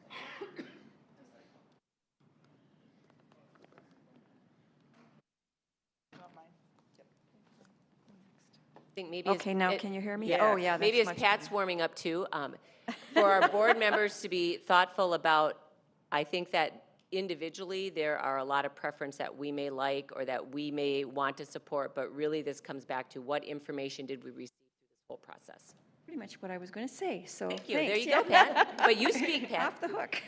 But yeah, I think it's a good plan, and I think it'll go well, I hope. Because where are we going to put those buses? Melinda? I do think it's a good plan. It's the things that I had wanted when we discussed all this, minus the land component. And I really like the idea of having question 2 with the community making that decision. I just want to make sure it's not going to be put out into the community as a threat and more as a choice. Okay. Simi? Yeah, I basically agree with both Pat and Melinda. I like this plan because it's very tight, right? And it really is very focused on what people have said they needed. The one, I do have a sort of a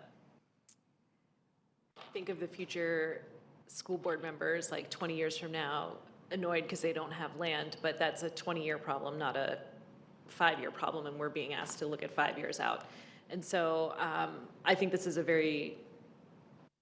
this gets it's exactly at least what we've heard at the community meetings and what I heard talking to members of the community as well. I'm very pro. Okay. And for me, I like this program, and I'm glad that we went out to the community and listened to them more so, and that it's below $10. I like that. I really like that. But, you know, I think that we have to remember that we're here to serve the community, not our own self-interest. So this is a plan that they brought to us. We need to listen to them and move forward. Katie? I do see what the community is saying. I don't know necessarily that the community is saying as strongly as we're saying that we need those additions on the elementary schools. I do understand we have the 85% of parents saying that they don't like boundary changes, but we have to remember that, 30% of our community is parents. The other 70% is not. And my guess would be if we would have hit more of that other 70%, we would be looking at a very different feedback. I think the security would probably still be up there because that's a big right now. But I don't think the elementary additions would be, just based on the fact that we have so many open seats. Our current boundaries right now do not make sense at all. And I think I need to hear more when the community sees this before I can 100% say that I'm going to support the plan. But yeah, I just feel like it would be very different when we actually look at the fact that 30% of our community is parents, the other 70 isn't. And I don't really know that 70% of people that aren't parents would really care that we did boundary changes. I think, Katie, regardless, and I think, Melinda, you mentioned that boundary changes as a threat, and I think we're looking at it as a very matter-of-fact thing. If the additions don't go on, it's very matter-of-fact, we will have a plan for attendance boundary changes, and I think the board has said then that's the attendance boundary plan that's implemented. This isn't, we're not going to debate it, we're not going to argue it. This is very matter-of-fact. On the other side, if the additions are approved, we also have concerns about space being underutilized. That does, however, allow us some opportunity to look at the spaces and the needs we have in the district to perhaps repurpose. And so I think it's something for us to think about. We still have a number of needs that are unmet. Alternative high school, next step. We want to make sure that we're not getting in the habit of adding too many new buildings and utilizing the space that we have. And I think that there are still needs that we could utilize some of the space that right now, or that would be under capacity if additions were built. Okay. Eric. Oh, Eric. Thank you. I tend to agree with Katie on this. The plan is acceptable to me, and I appreciate the community input. I think we did a pretty good job of listening to that. This is the one area where, and I guess this is how I agree with Katie. It's our job to use the public funds as efficiently as possible. And we're doing that when we do boundary changes to make sure that these schools are used efficiently and the seats are filled. So there's some heartache there, I understand that. But like Katie said, the population isn't made up 100% of parents. So I just want to make sure that we're doing that. We're thinking about that in what we do. And sometimes you can manipulate the way questions are formed to get the answer that you want. I'm not saying I necessarily know how to do that, but I know that can be done. So let's just be careful that we're not doing that. If there's a contingent that wants to do additions, I guess that's, if that makes sense. So that's all. Little Miss, hold on, Miss Louise. Sorry. Thank you. I like very much that the top priorities have been consistent in community meeting after community meeting after community meeting. They've been consistent in the surveys, whether that's staff, whether that is community. And so I'm very, very happy to see those all put together in question one. I understand Katie and Eric's perspective, and I like the idea that question two is bringing that back to the community.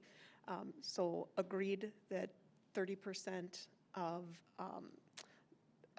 the community has members here, but 100% of the community has the opportunity to vote. And so given that, I absolutely can support how this is set up. Who will get Melinda? Yeah, I just wanted to piggyback on something that Eric said. Also, I wanted to clarify, Julie, that I wasn't saying that it was a threat at all, just that I don't want the public to think that it is. But one thing I was thinking about after Eric just spoke is, as far as one concern I have is with the second question is because we have so many seats open. Else is on. Because we have so many seats available in the elementary schools that aren't being utilized, and the bathroom thing was like, what, the fourth thing right below that, and most staff really, really wanted that.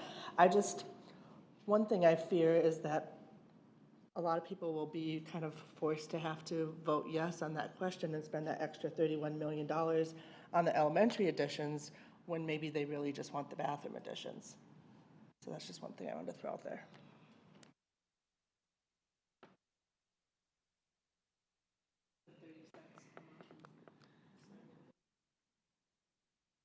Yeah, anybody want to? Yeah, so and the bathroom additions are 9 million, so that would be less than 30 cents a month, right? Or maybe about 40 cents a month. Anybody want to respond to that? Eric, Katie, Simi? I do think that's an interesting point. I hadn't, at the last community meeting, I heard a lot of people mentioning bathrooms. I also heard that I think, Julie, you might have once phrased it as like, kids have gone 50 years with 4 toilets, what's another 50 years or whatever, right? And so, 9 million isn't a lot, but one thing I like about keeping the top three is just because they've always been there, and there's been no real variance in how people have seen their importance.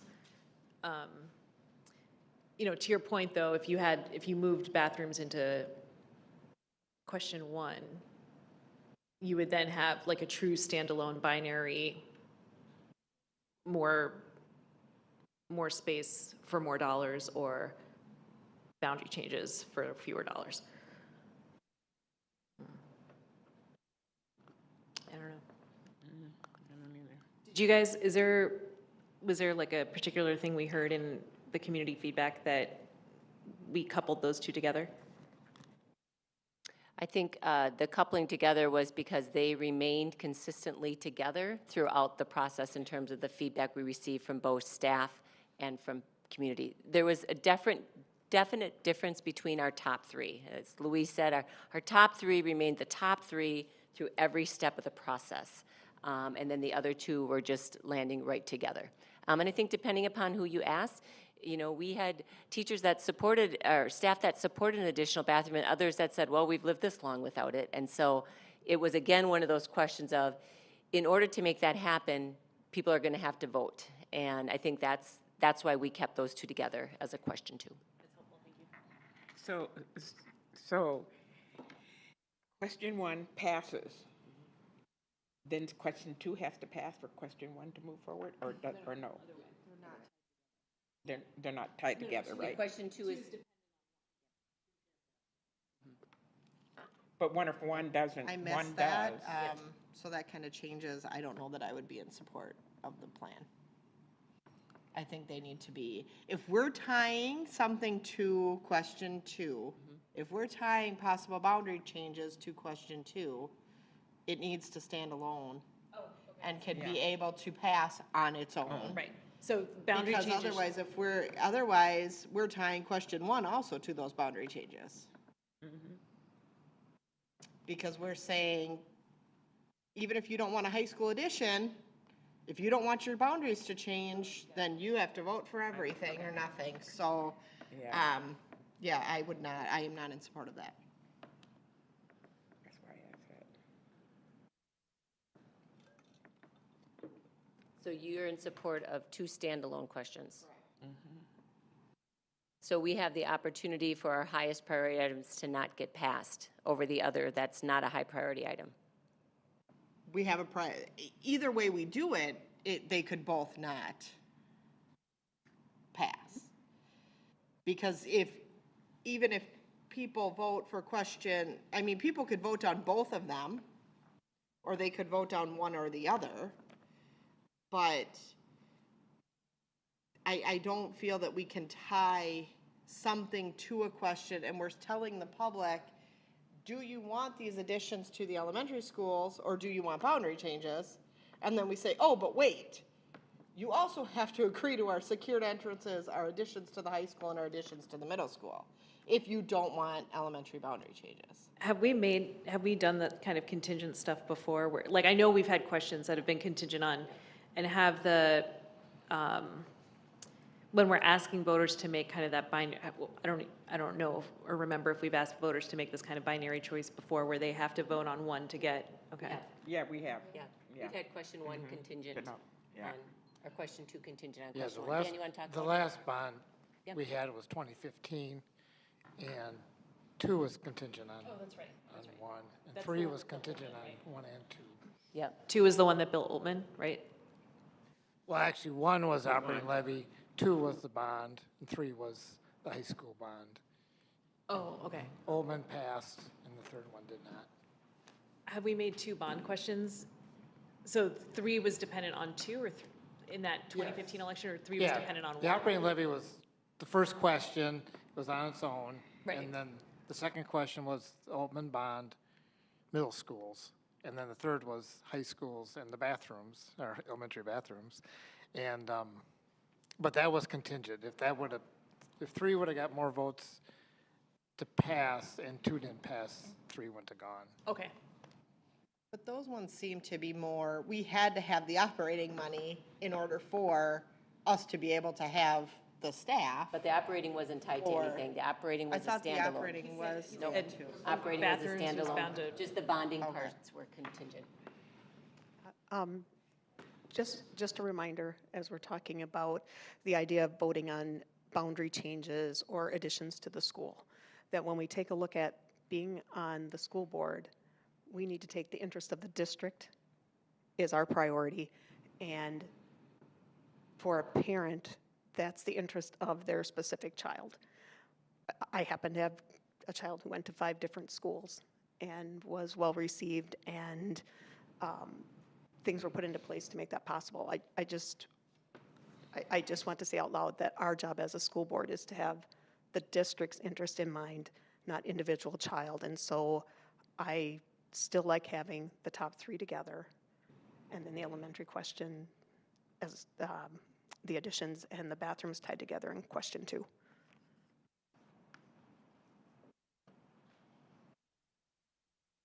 Any more thoughts? What are your thoughts?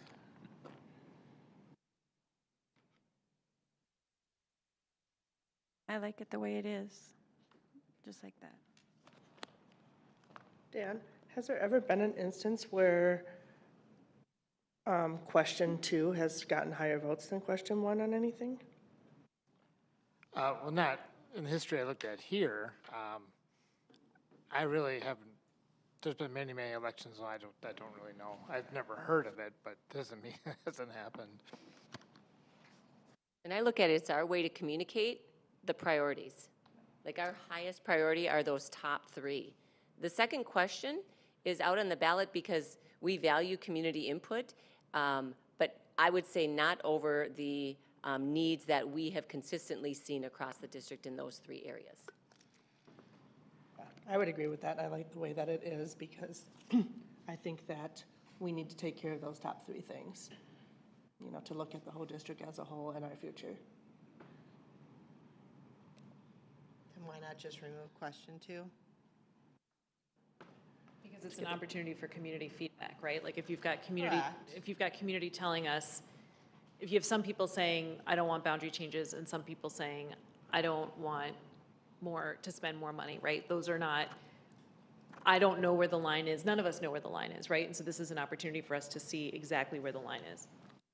But if we want to take district interest and not talk about that we have to look at the big picture, if we want to look at the big picture, we have plenty of room. We have plenty of seats. We might need a building down the road that we're going to be asking the community for money. And they're going to be like, we already gave you this much money for this. We've given you this much money for this. So if we really want to just focus on those top priorities, then let's focus on those top priorities. Let's do the boundary changes and think of district interest.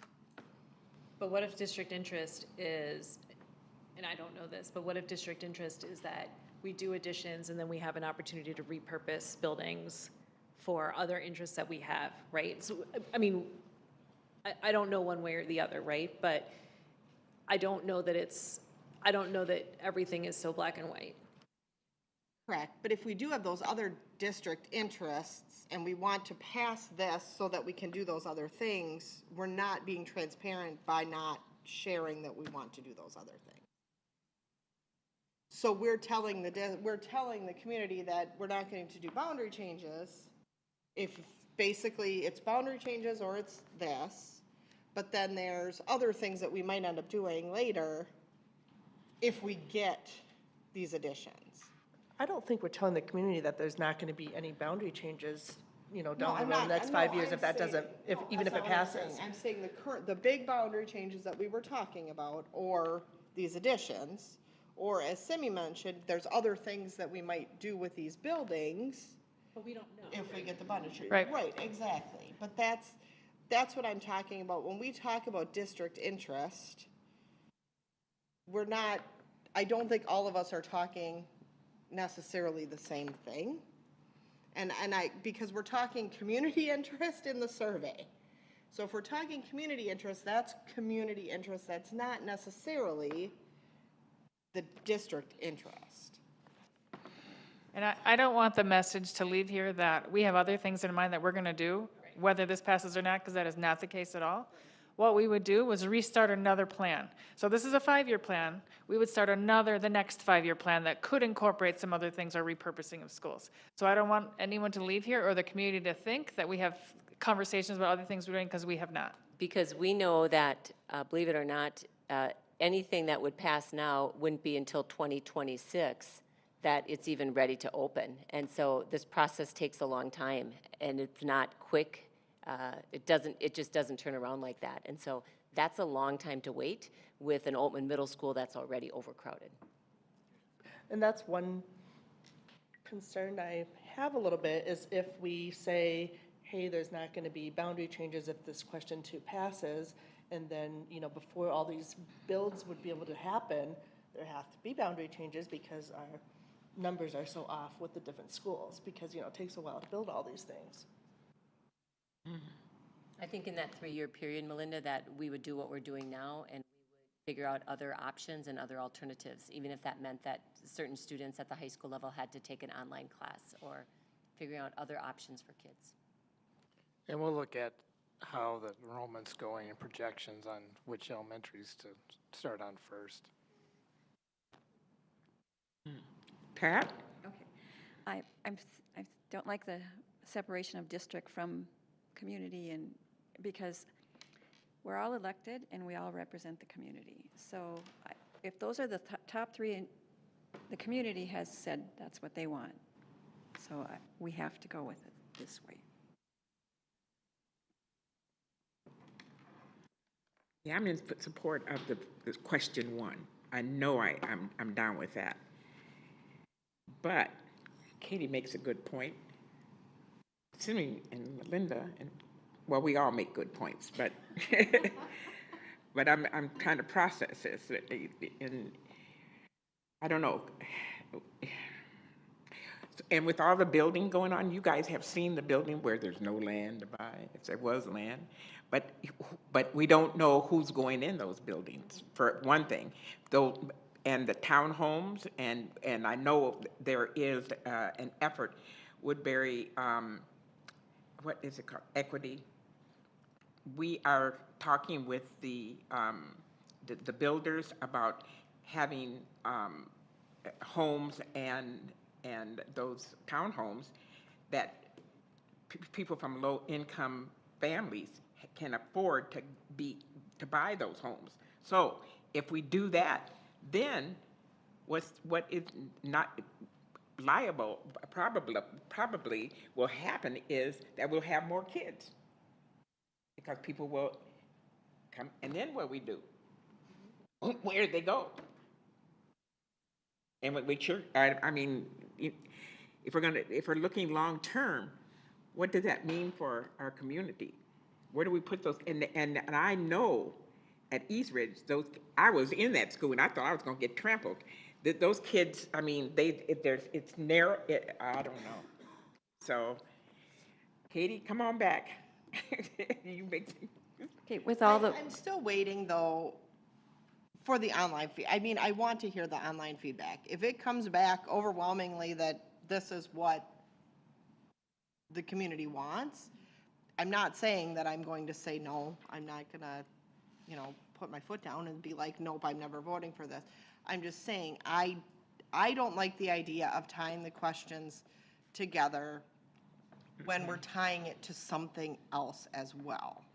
If we weren't tying it to anything else, I'd be like, fine, question 1 has to pass, question 2 to pass. But when we all along we've said the main reason we're putting out these elementary additions is because the parents said they want an opportunity to vote on it. But it just feels to me like we're not giving them the opportunity to vote on it when we're tying it to something else. And that's where my issue is coming in. I feel like we're not giving them the opportunity to just vote on what we've been telling them all along why we're doing that. Katie, my perspective is a little different about where this came from, because even prior to these surveys, we recognized we have a need for more elementary space in this location. The bond issue that was voted down included a new Pine Hill because we know we need seats in that space. So I see these additions coming from those needs, not from the need of the community to vote. I appreciate the community gets input here, but I see the need existed before that. Mm-hmm. Pat? No. Eric?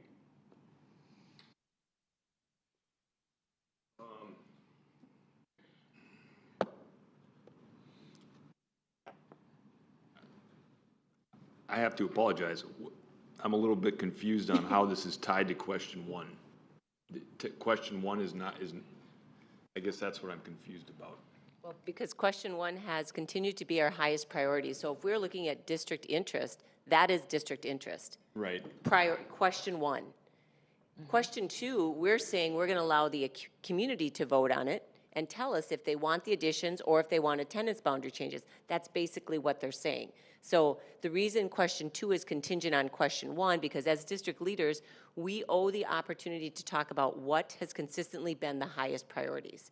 And so that is why we're basically saying to our community that we have determined through all of the information we've gathered that consistently these 3 things have been the highest priority.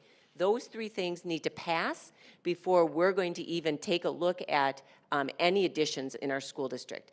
Because even if question 2 didn't pass, or wasn't on the ballot, we're going to do attendance boundary changes. I mean, either way, we're going to have that established. So for me, it just communicates that those 3 items are the priority right now. And so when the community told us that it was too much money, and we scaled it back now to, was it $6? A total of $6? $6 is our highest priority right now. I don't think that we can gamble with the $6 and muddying it up between what's in question 2, because $6 and that investment is the priority, not what's in question 2. That is not the highest priority as district leaders. It certainly has shown up over the course of time when we talked about adding additions onto elementary schools. So question, be very clear, question 1 can pass, and if they don't want question 2, Right, we still move on with question 1. Yep. Oh, yeah, then I'm on board. Yeah, I mean, question 1 communicates that has been our highest priority. Yeah. I completely agree, slow. Julie. I'm not It would gonna do just that be, it would be irresponsible of our district if we get all this tax money from our voters, from the whole community, and then don't do the top 3 things that were in all the surveys. So. I know what I was going to say now. Okay, so with all this building going on, eventually we'll have more tax money, and so maybe then we can do something in the future. Well, and Pat, as you talk about that, as we get into the final stages these next 2 weeks, Dan is already working with Ellers to talk about that tax base. Now, the $6 that we have been communicating, the $2, we're looking at that adjustment too. So when we come back on the 15th, we will have even more accurate numbers spread across a larger tax base. And so we're going to assume that it's going to be a little less than what it is right now, but those figures are just being run right now. Dan, can I ask a question totally sort of sideways related to this?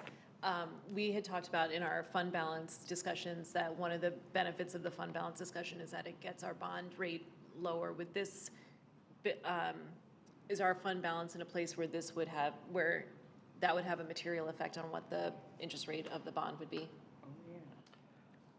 I don't know yet. We haven't been rated since, and we chose not, we could go for a rating and pay for it, but we don't go for ratings until we borrow. So you would think it would, but there's no guarantees. When will we know the online results for what the community think of the two? As far as next steps, I would say that these are not online results. We are not asking them, we're not gathering the data to make a pie chart or a graph. We're way too far along in the process, and we worked as hard as we could to get as many people to engage with us as possible. What we are going to be asking for is any input or feedback. They're not filling out a survey with questions. They're just going to simply state, yes, we want the opportunity to vote on boundaries. You know, hopefully people are tuning in tonight and hearing that. So that is, it's a week. So Sean, June 2nd, tomorrow? Yeah, so we'll put it out. We'll basically put this meeting online and have people watch it, and then have the question of, similar to this discussion, what would you like to see? What can you get behind? What would you change? And that would be, it's a week. So it's the 2nd tomorrow through next week, the 9th. And when do we have to have this on the ballot? Yeah, go ahead, Dan. Because of the review and comment, new review and comment law, we would need to have the board approve the submission of the review and comment and the ballot on June 15th. And that date was just changed, so the legislature made some changes to the timeline for review and comment, and thankfully we have time with that.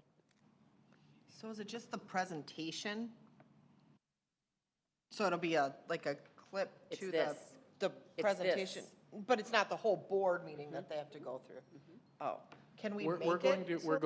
We're going to make it so that they're going to see this part of the board meeting. That's what I wanted. And they're going to watch. If they have to sit through the whole board meeting, I'm like, nobody's going to listen to it. It's just this part. Okay, that's what I wanted to make sure.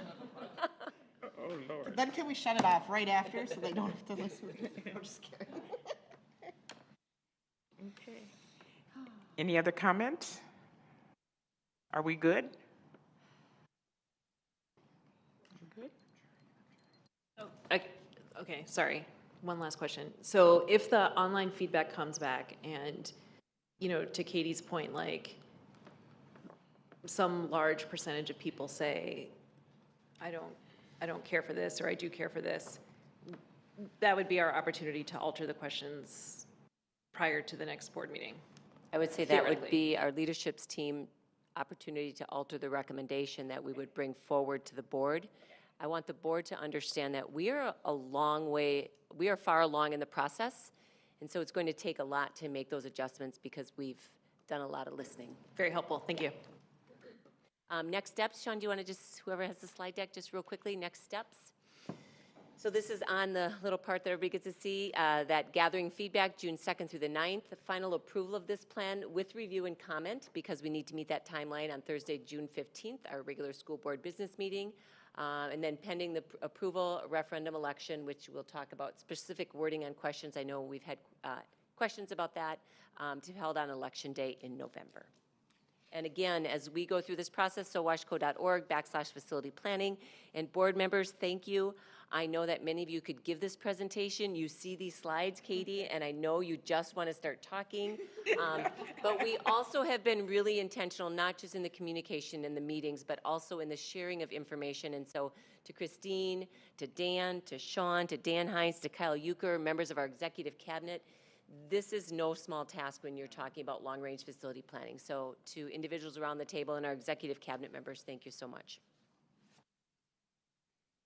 Okay, that ends this discussion. All righty. You all did a nice job. All right, here we go. Moving along to 5.3, preliminary budget for the 23-24 school year. I mean, not school year. Fiscal year. Thank you, Dara. That's why I knew that. FY.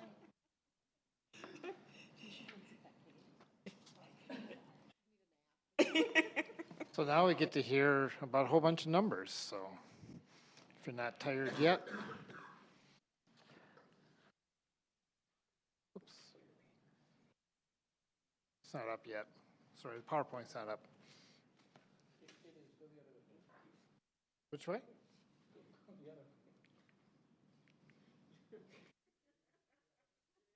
There we go. The other left. Well, it's the other up or down. It's the other down. Okay, so as you know, by June 30th of every year, the board must approve a budget for the next year. We call that the preliminary budget. Tonight, I will give you a presentation on this budget so that you can consider it and approve it at the next board meeting. God, I keep going the wrong way.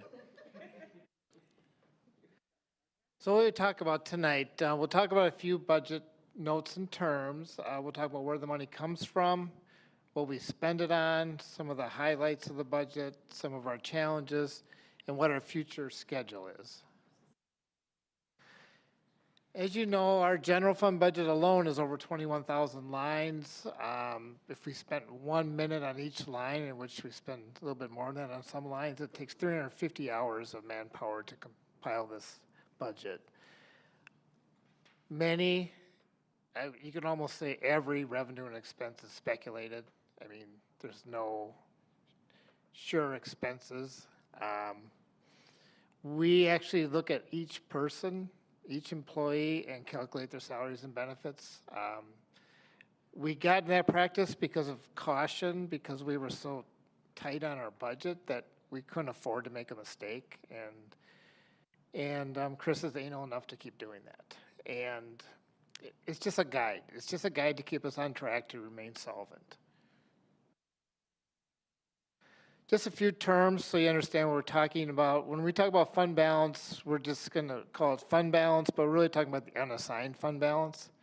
That's the one you're judged on.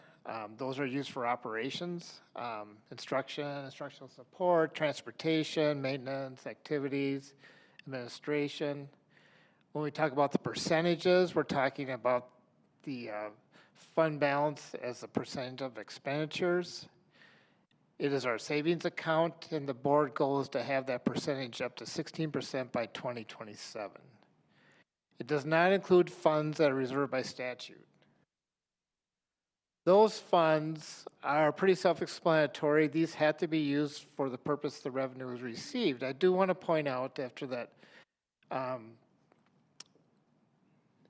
great presentation by Tim on ATPPS. I have to say it slow so I don't get them screwed up. The board is very instrumental in the development and progress of that program. I look back as he was talking, and in fiscal year, well, in 18, it'd be fiscal year 19, the board increased the levy from about $700,000 to $1.5 million. And that's helped a lot to keep that program, to expand that program. So the board has really supported that program greatly too. These expenses, basically when you see these terms and we talk about using these expenses, we have to use them only for the purposes specified in statute. So as we talk about reserve funds, operating capital, LTFM, long-term facility maintenance, if we reduce or increase our spending in these funds, it will not affect the unassigned fund balance. And we can only spend by what's targeted in that fund. We put this in the presentation every year because we want to make people aware so that people know, for students living outside the state, the tuition for our district next year would be $13,900 for secondary students and $11,510 for elementary students. We cannot allow an out-of-state student to attend our school district for free because we get no funding for that. And besides, it doesn't make much financial sense. The state does not allow it. They will not give us aid for out-of-state students, so we must set tuition prices for out-of-state students. Of course, anyone that lives in the state, and if they get by our parameters, it's through open enrollment, of course, they do not pay because they're funded by the state. And just so you know, special education students from other districts who attend our schools, they create tuition, and those are added to our special ed revenue, and then as vice versa, those that go elsewhere from our district, special education students, we are billed through a state process, and those dollars are subtracted from our special ed revenue. So the legislation had a pretty eventful time, not only with dollars, but with different requirements and mandates. But I'll just talk a little bit about the new funding from the 23 legislation. The largest increase in our funding is with the increase in special education cross-subsidy aid. That's always been the difference between what we receive in special ed aid and what we spend in special ed expenses. I mean, there's some calculations, but that's generally what it is. And for us, it runs $20 million.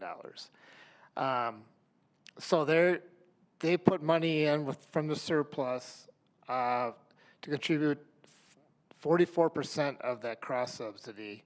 So that's an increase in our aid there of $8.2 million.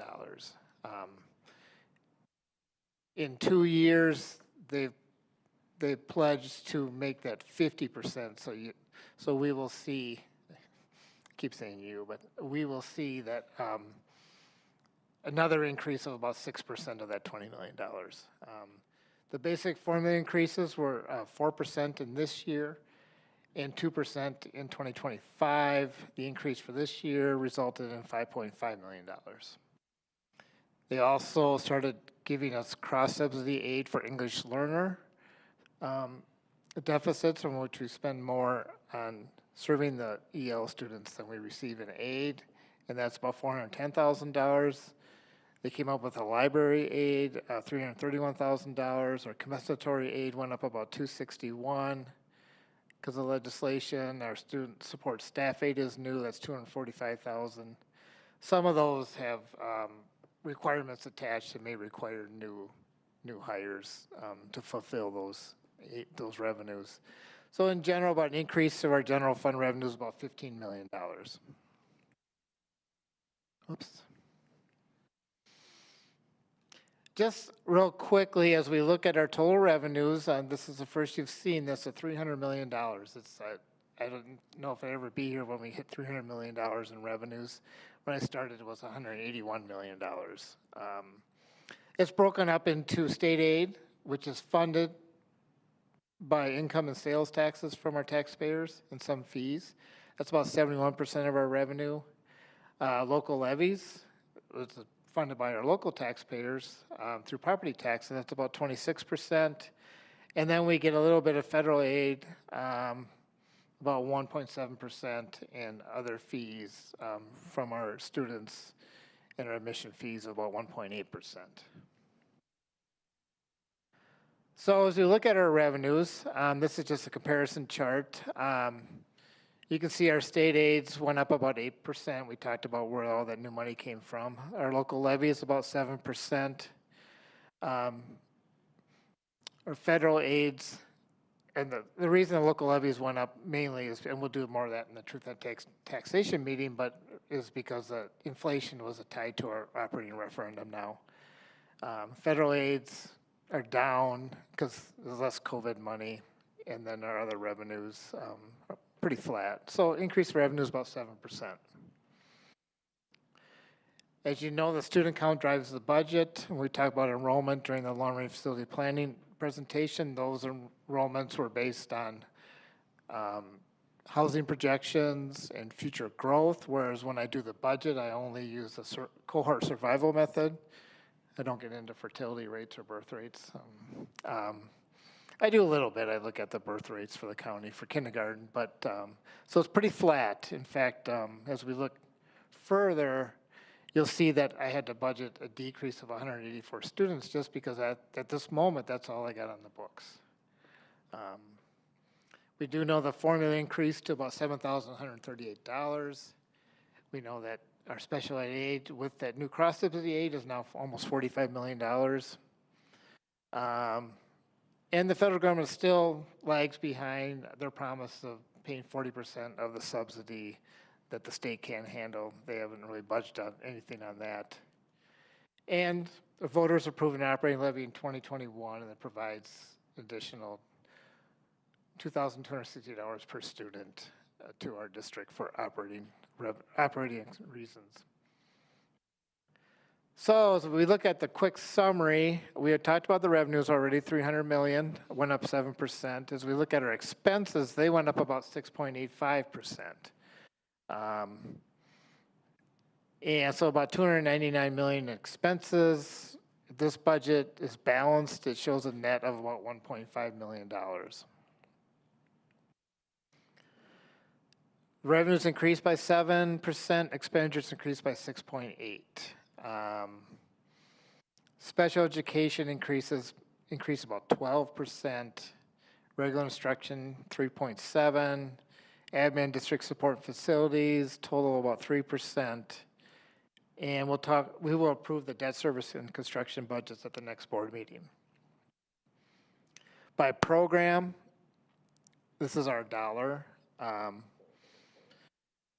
You can see as we had an increase of 6.85%, the biggest increases in special education of almost $7 million. So we received $8 million in cross-subsidy aid, but because of the increase in our child count and the services needed, we're looking at an increase of about over $7 million in special education expenses. The rest of them are pretty flat. Pupil support is up because we're planning on trying to handle the driver shortage in transportation, and we have to make sure that we have enough dollars to contract if we have to.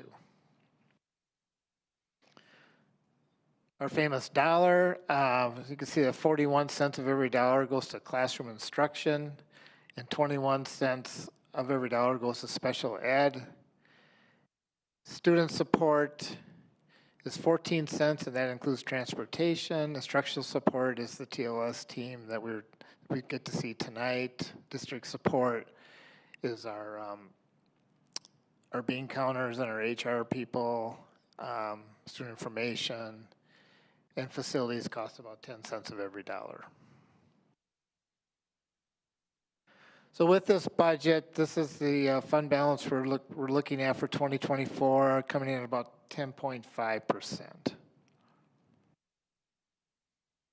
Things that could affect that total percentage would be how we end in 23.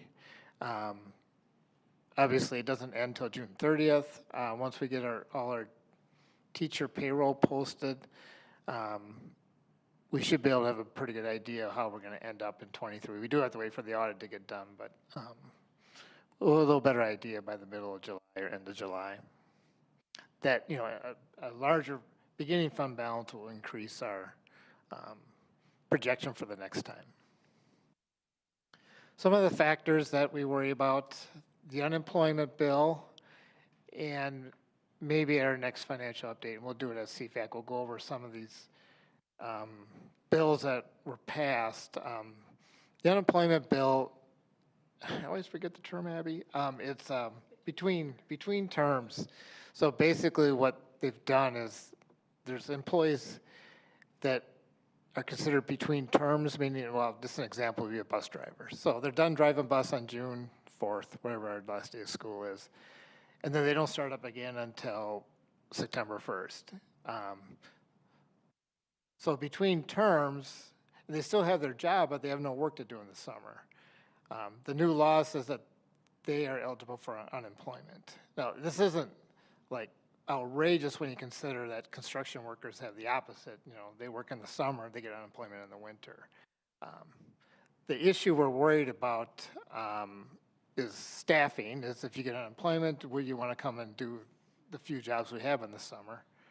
And we do provide, you know, credit recovery, which needs paras, it needs transportation, it needs food service. We have kids club that needs food service, needs paras. So we'll have to see how that goes staffing wise. We don't know enough about it. We don't know what's going to happen until it happens. And then they've tied some aid to it because we can't levy for this unemployment. Our normal unemployment we pay, we just levy for it the next year. But this one, they won't allow us to levy for it. So they said they'll give us some aid, but they only allocated about $135 million. And I just did some quick math statewide, and I see it, I mean, it could cost up to $150 million. So once that money runs out, I don't know what's going to happen. So I'm a little worried about that. Of course, inflation. Staffing, the costs of substitutes, of course, utilities, and then contract negotiations make a big difference in how we end up financially.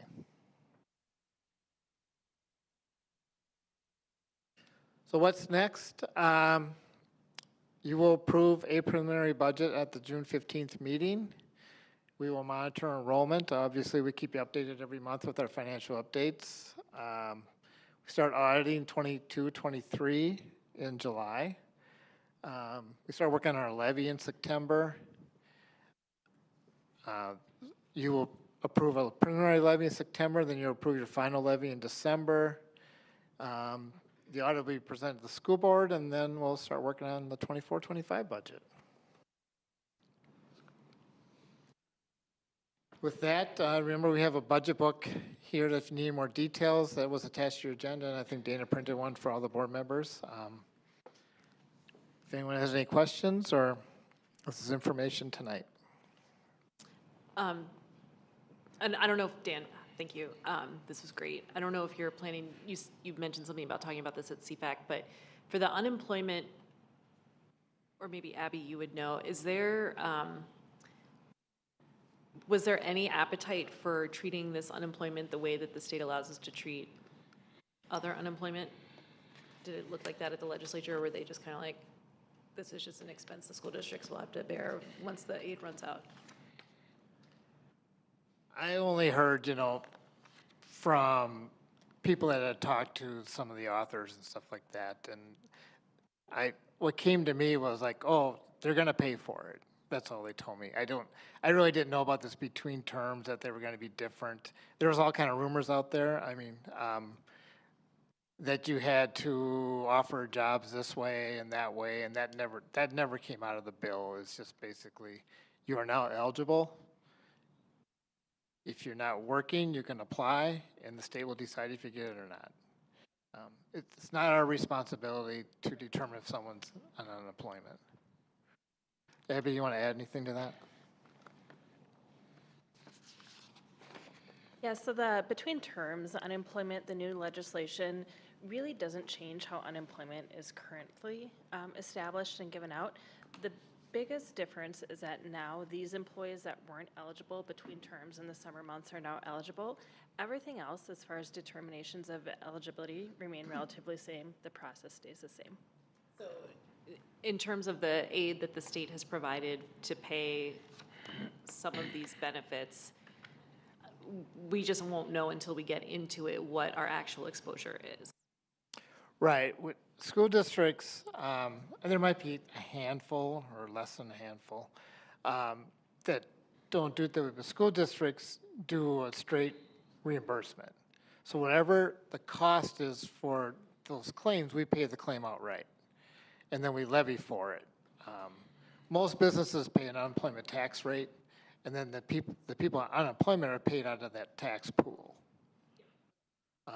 So that's why it's a little different for us to go to between terms, and then to say that you can't levy for it, but we'll give you some aid. I mean, they're just kind of threw some more gymnastics into it. I really don't understand why. I think they had to do it that way mainly because they wanted to have some kind of cap on the allocation. And without that, if we went to the straight levy, it would put a lot of burden on the local taxpayers. Because we levy, to be honest, maybe $300,000-400,000 a year for unemployment. And out of a $100 million levy, that's not a lot of money. Any more questions? Okay, hearing none. Thank you, Dan. Next is 5.4, and that's the first reading of proposed policy changes, and that will be presented by Dewey Nielsen. Thank you, Sharon. By the way, we do get to take a break in July from policies. So for our policy committee, that is the 1 month we get to take off. But I will just say that as a policy committee, we have been doing a great job of making our way through the policies. So thank you so much. Tonight I'm bringing forth for policy 713, student activity accounting. You're going to note in there that the changes and the highlights were reflective of MSBA language. 713.1, gate receipts and admissions. There were some added additional free events, and those free events included attendance at adaptive floor hockey, adaptive softball, and adaptive bowling. 720 vending machines, there were updates to the legal references, and 806.2 buildings and grounds security, there were no proposed changes in that policy. And so with that, I would open it up if there are any questions. Yeah, I have just one. I noticed on the 713, the gate receipts, that for our athletic events, there is free admission for staff and for senior citizens. And when we get to the non-athletic events, it's for district employees, but not senior citizens. And just wondering if that was purposeful or intentional, or if that was an oversight. And we had a conversation about that, Louise, so after you asked the question, we did. Dan, do you just want to address it a little bit from your perspective with athletics and budgeting? Yeah, as we look back to our most senior activity director, and won't name his name, but he has all the history of the world in his head. And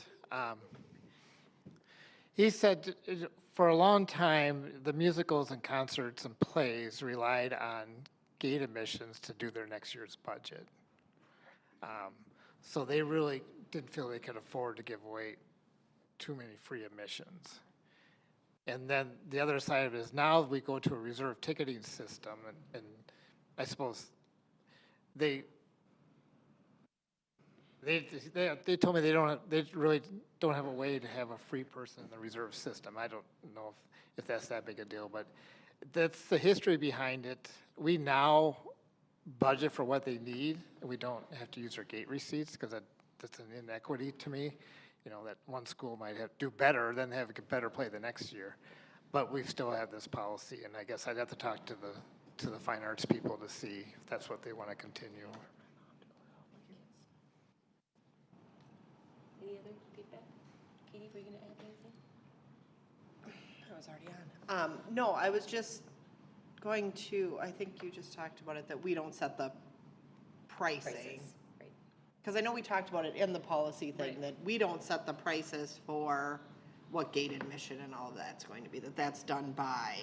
Right, well, activities that, as an old AD, I remember doing it. I mean, and then sports, the conference all get together and decide this is what we're going to charge. And then the sections are set by the high school league. But each play or other activity, they're on their own to set. I don't know, we have standard. Kristine would know more than I would if we have standard prices for plays or not. We don't, I don't think. Yeah, I think this depends on the production. Yeah. And I will say that it is true that there's no way to be able to go into those systems when you're reserving seats, because I've worked with those, to have a free thing. So normally when I'm working like at the ticket booth at a play or musical, and a staff come in, because staff get free tickets, they can't reserve that ahead of time. So they just get there early till we can find a spot for them. But there is, when you do reserve tickets, there is a senior citizen discount when you're reserving them. Okay. Oh, I think I applied for that last time. And I got it. No, we actually had the conversation too, Louise, after you brought it up. And as staff members, we talked about it. We go to plays all the time, and we just go online and purchase the tickets. So it was nice to know that we can get it free now. We'll still probably buy the tickets. But you might have to do staying room only too. What's that? You might not have a seat though if you get free. Well, Staying room only. Yeah, yeah. Okay. That's it. Okay. Do you want to ask if there's anybody that? We had an opportunity for the public to sign up for policies, to comment on policies only. Sean, has anyone signed up? No one signed up. All right, thank you. We are now at 6.0, and that's reports and comment from the board. First, we'll start with Superintendent Nielsen. I'll keep it brief, and for the board members around the table, you're probably looking around and seeing a new face and wondering, who is this new face? This is our new Interim Director of Special Education, Erin McCoy. She is in the role of a special education supervisor, but starting July 1st, she will assume the Director of Special Services. And so we are excited for her to start in that role, and we welcome you here this evening, so thank you. And I'm sure you're learning a lot already about our workshop meeting versus our business meeting. They look a little differently. The assistant superintendents and I visited each of our schools this week to extend a thank you for a great school year. As we visited, students were engaged in many different activities, from scavenger hunts, field days, outside activities. There was community service, and a whole host of other end-of-the-year fun. And so it was really nice to see students connecting. One walk around Oltman, apparently at lunchtime the students get to do one lap, and it's like a 10-minute lap around the whole building. They were so hot as they were coming back in. So the temperatures definitely have warmed up. This morning I had the chance to attend the kindergarten recognition at Middleton Elementary. And if you've never been to one of our kindergarten recognitions, and I understand that not all of our schools do kindergarten recognitions, we do really lead that up to the site specific. But it is really the reminder of all of the students we serve and the power that our teachers have. When you watch where kindergarten students come in, as one of the kindergarten teachers said, they didn't know how to get the toilet paper off the roll, and they didn't know how to get a paper towel out of the dispenser, and now they're pretty much filling the dispenser with paper towels. But just so much growth in that short 9 months. Our kids did an amazing job singing and with their speaking parts. In addition, each of them got to walk across the stage. And you think of something so simple as walking across the stage, it's so bigger than just walking across the stage. It is that presence in front of a whole bunch of people. It's the life skill of shaking a hand. And so just being able to look for those small moments of teaching and intentionality. My favorite part, Kelly, is when they were singing. And so I thought I'd sing just a little bit, Kelly, because I know I'm on real good key, but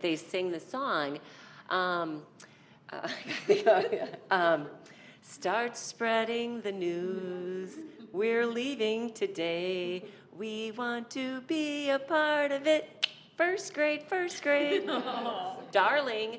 And then they get to the end and there's a pause, and of course all the parents think they're done, so they clap, and then they say, watch out, first grade teachers, here we come. And just kindergarten as a whole, the teachers had memory boxes. I sure would have liked a memory box. I had a memory tub for my kids, and I threw every art project and writing sample.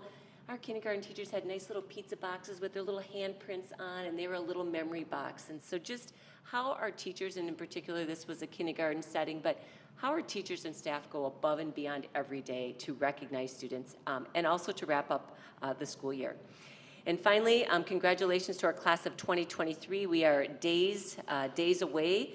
We're excited to wish them all the very, very best. I want to acknowledge that on May 23rd, our Great Rivers Adult Diploma and GED ceremony, we had approximately 10 students graduate or receive their GEDs. On May 25th, we had our Next Step graduation. Saturday, we will have our SoWashCo online and our alternative high school graduation.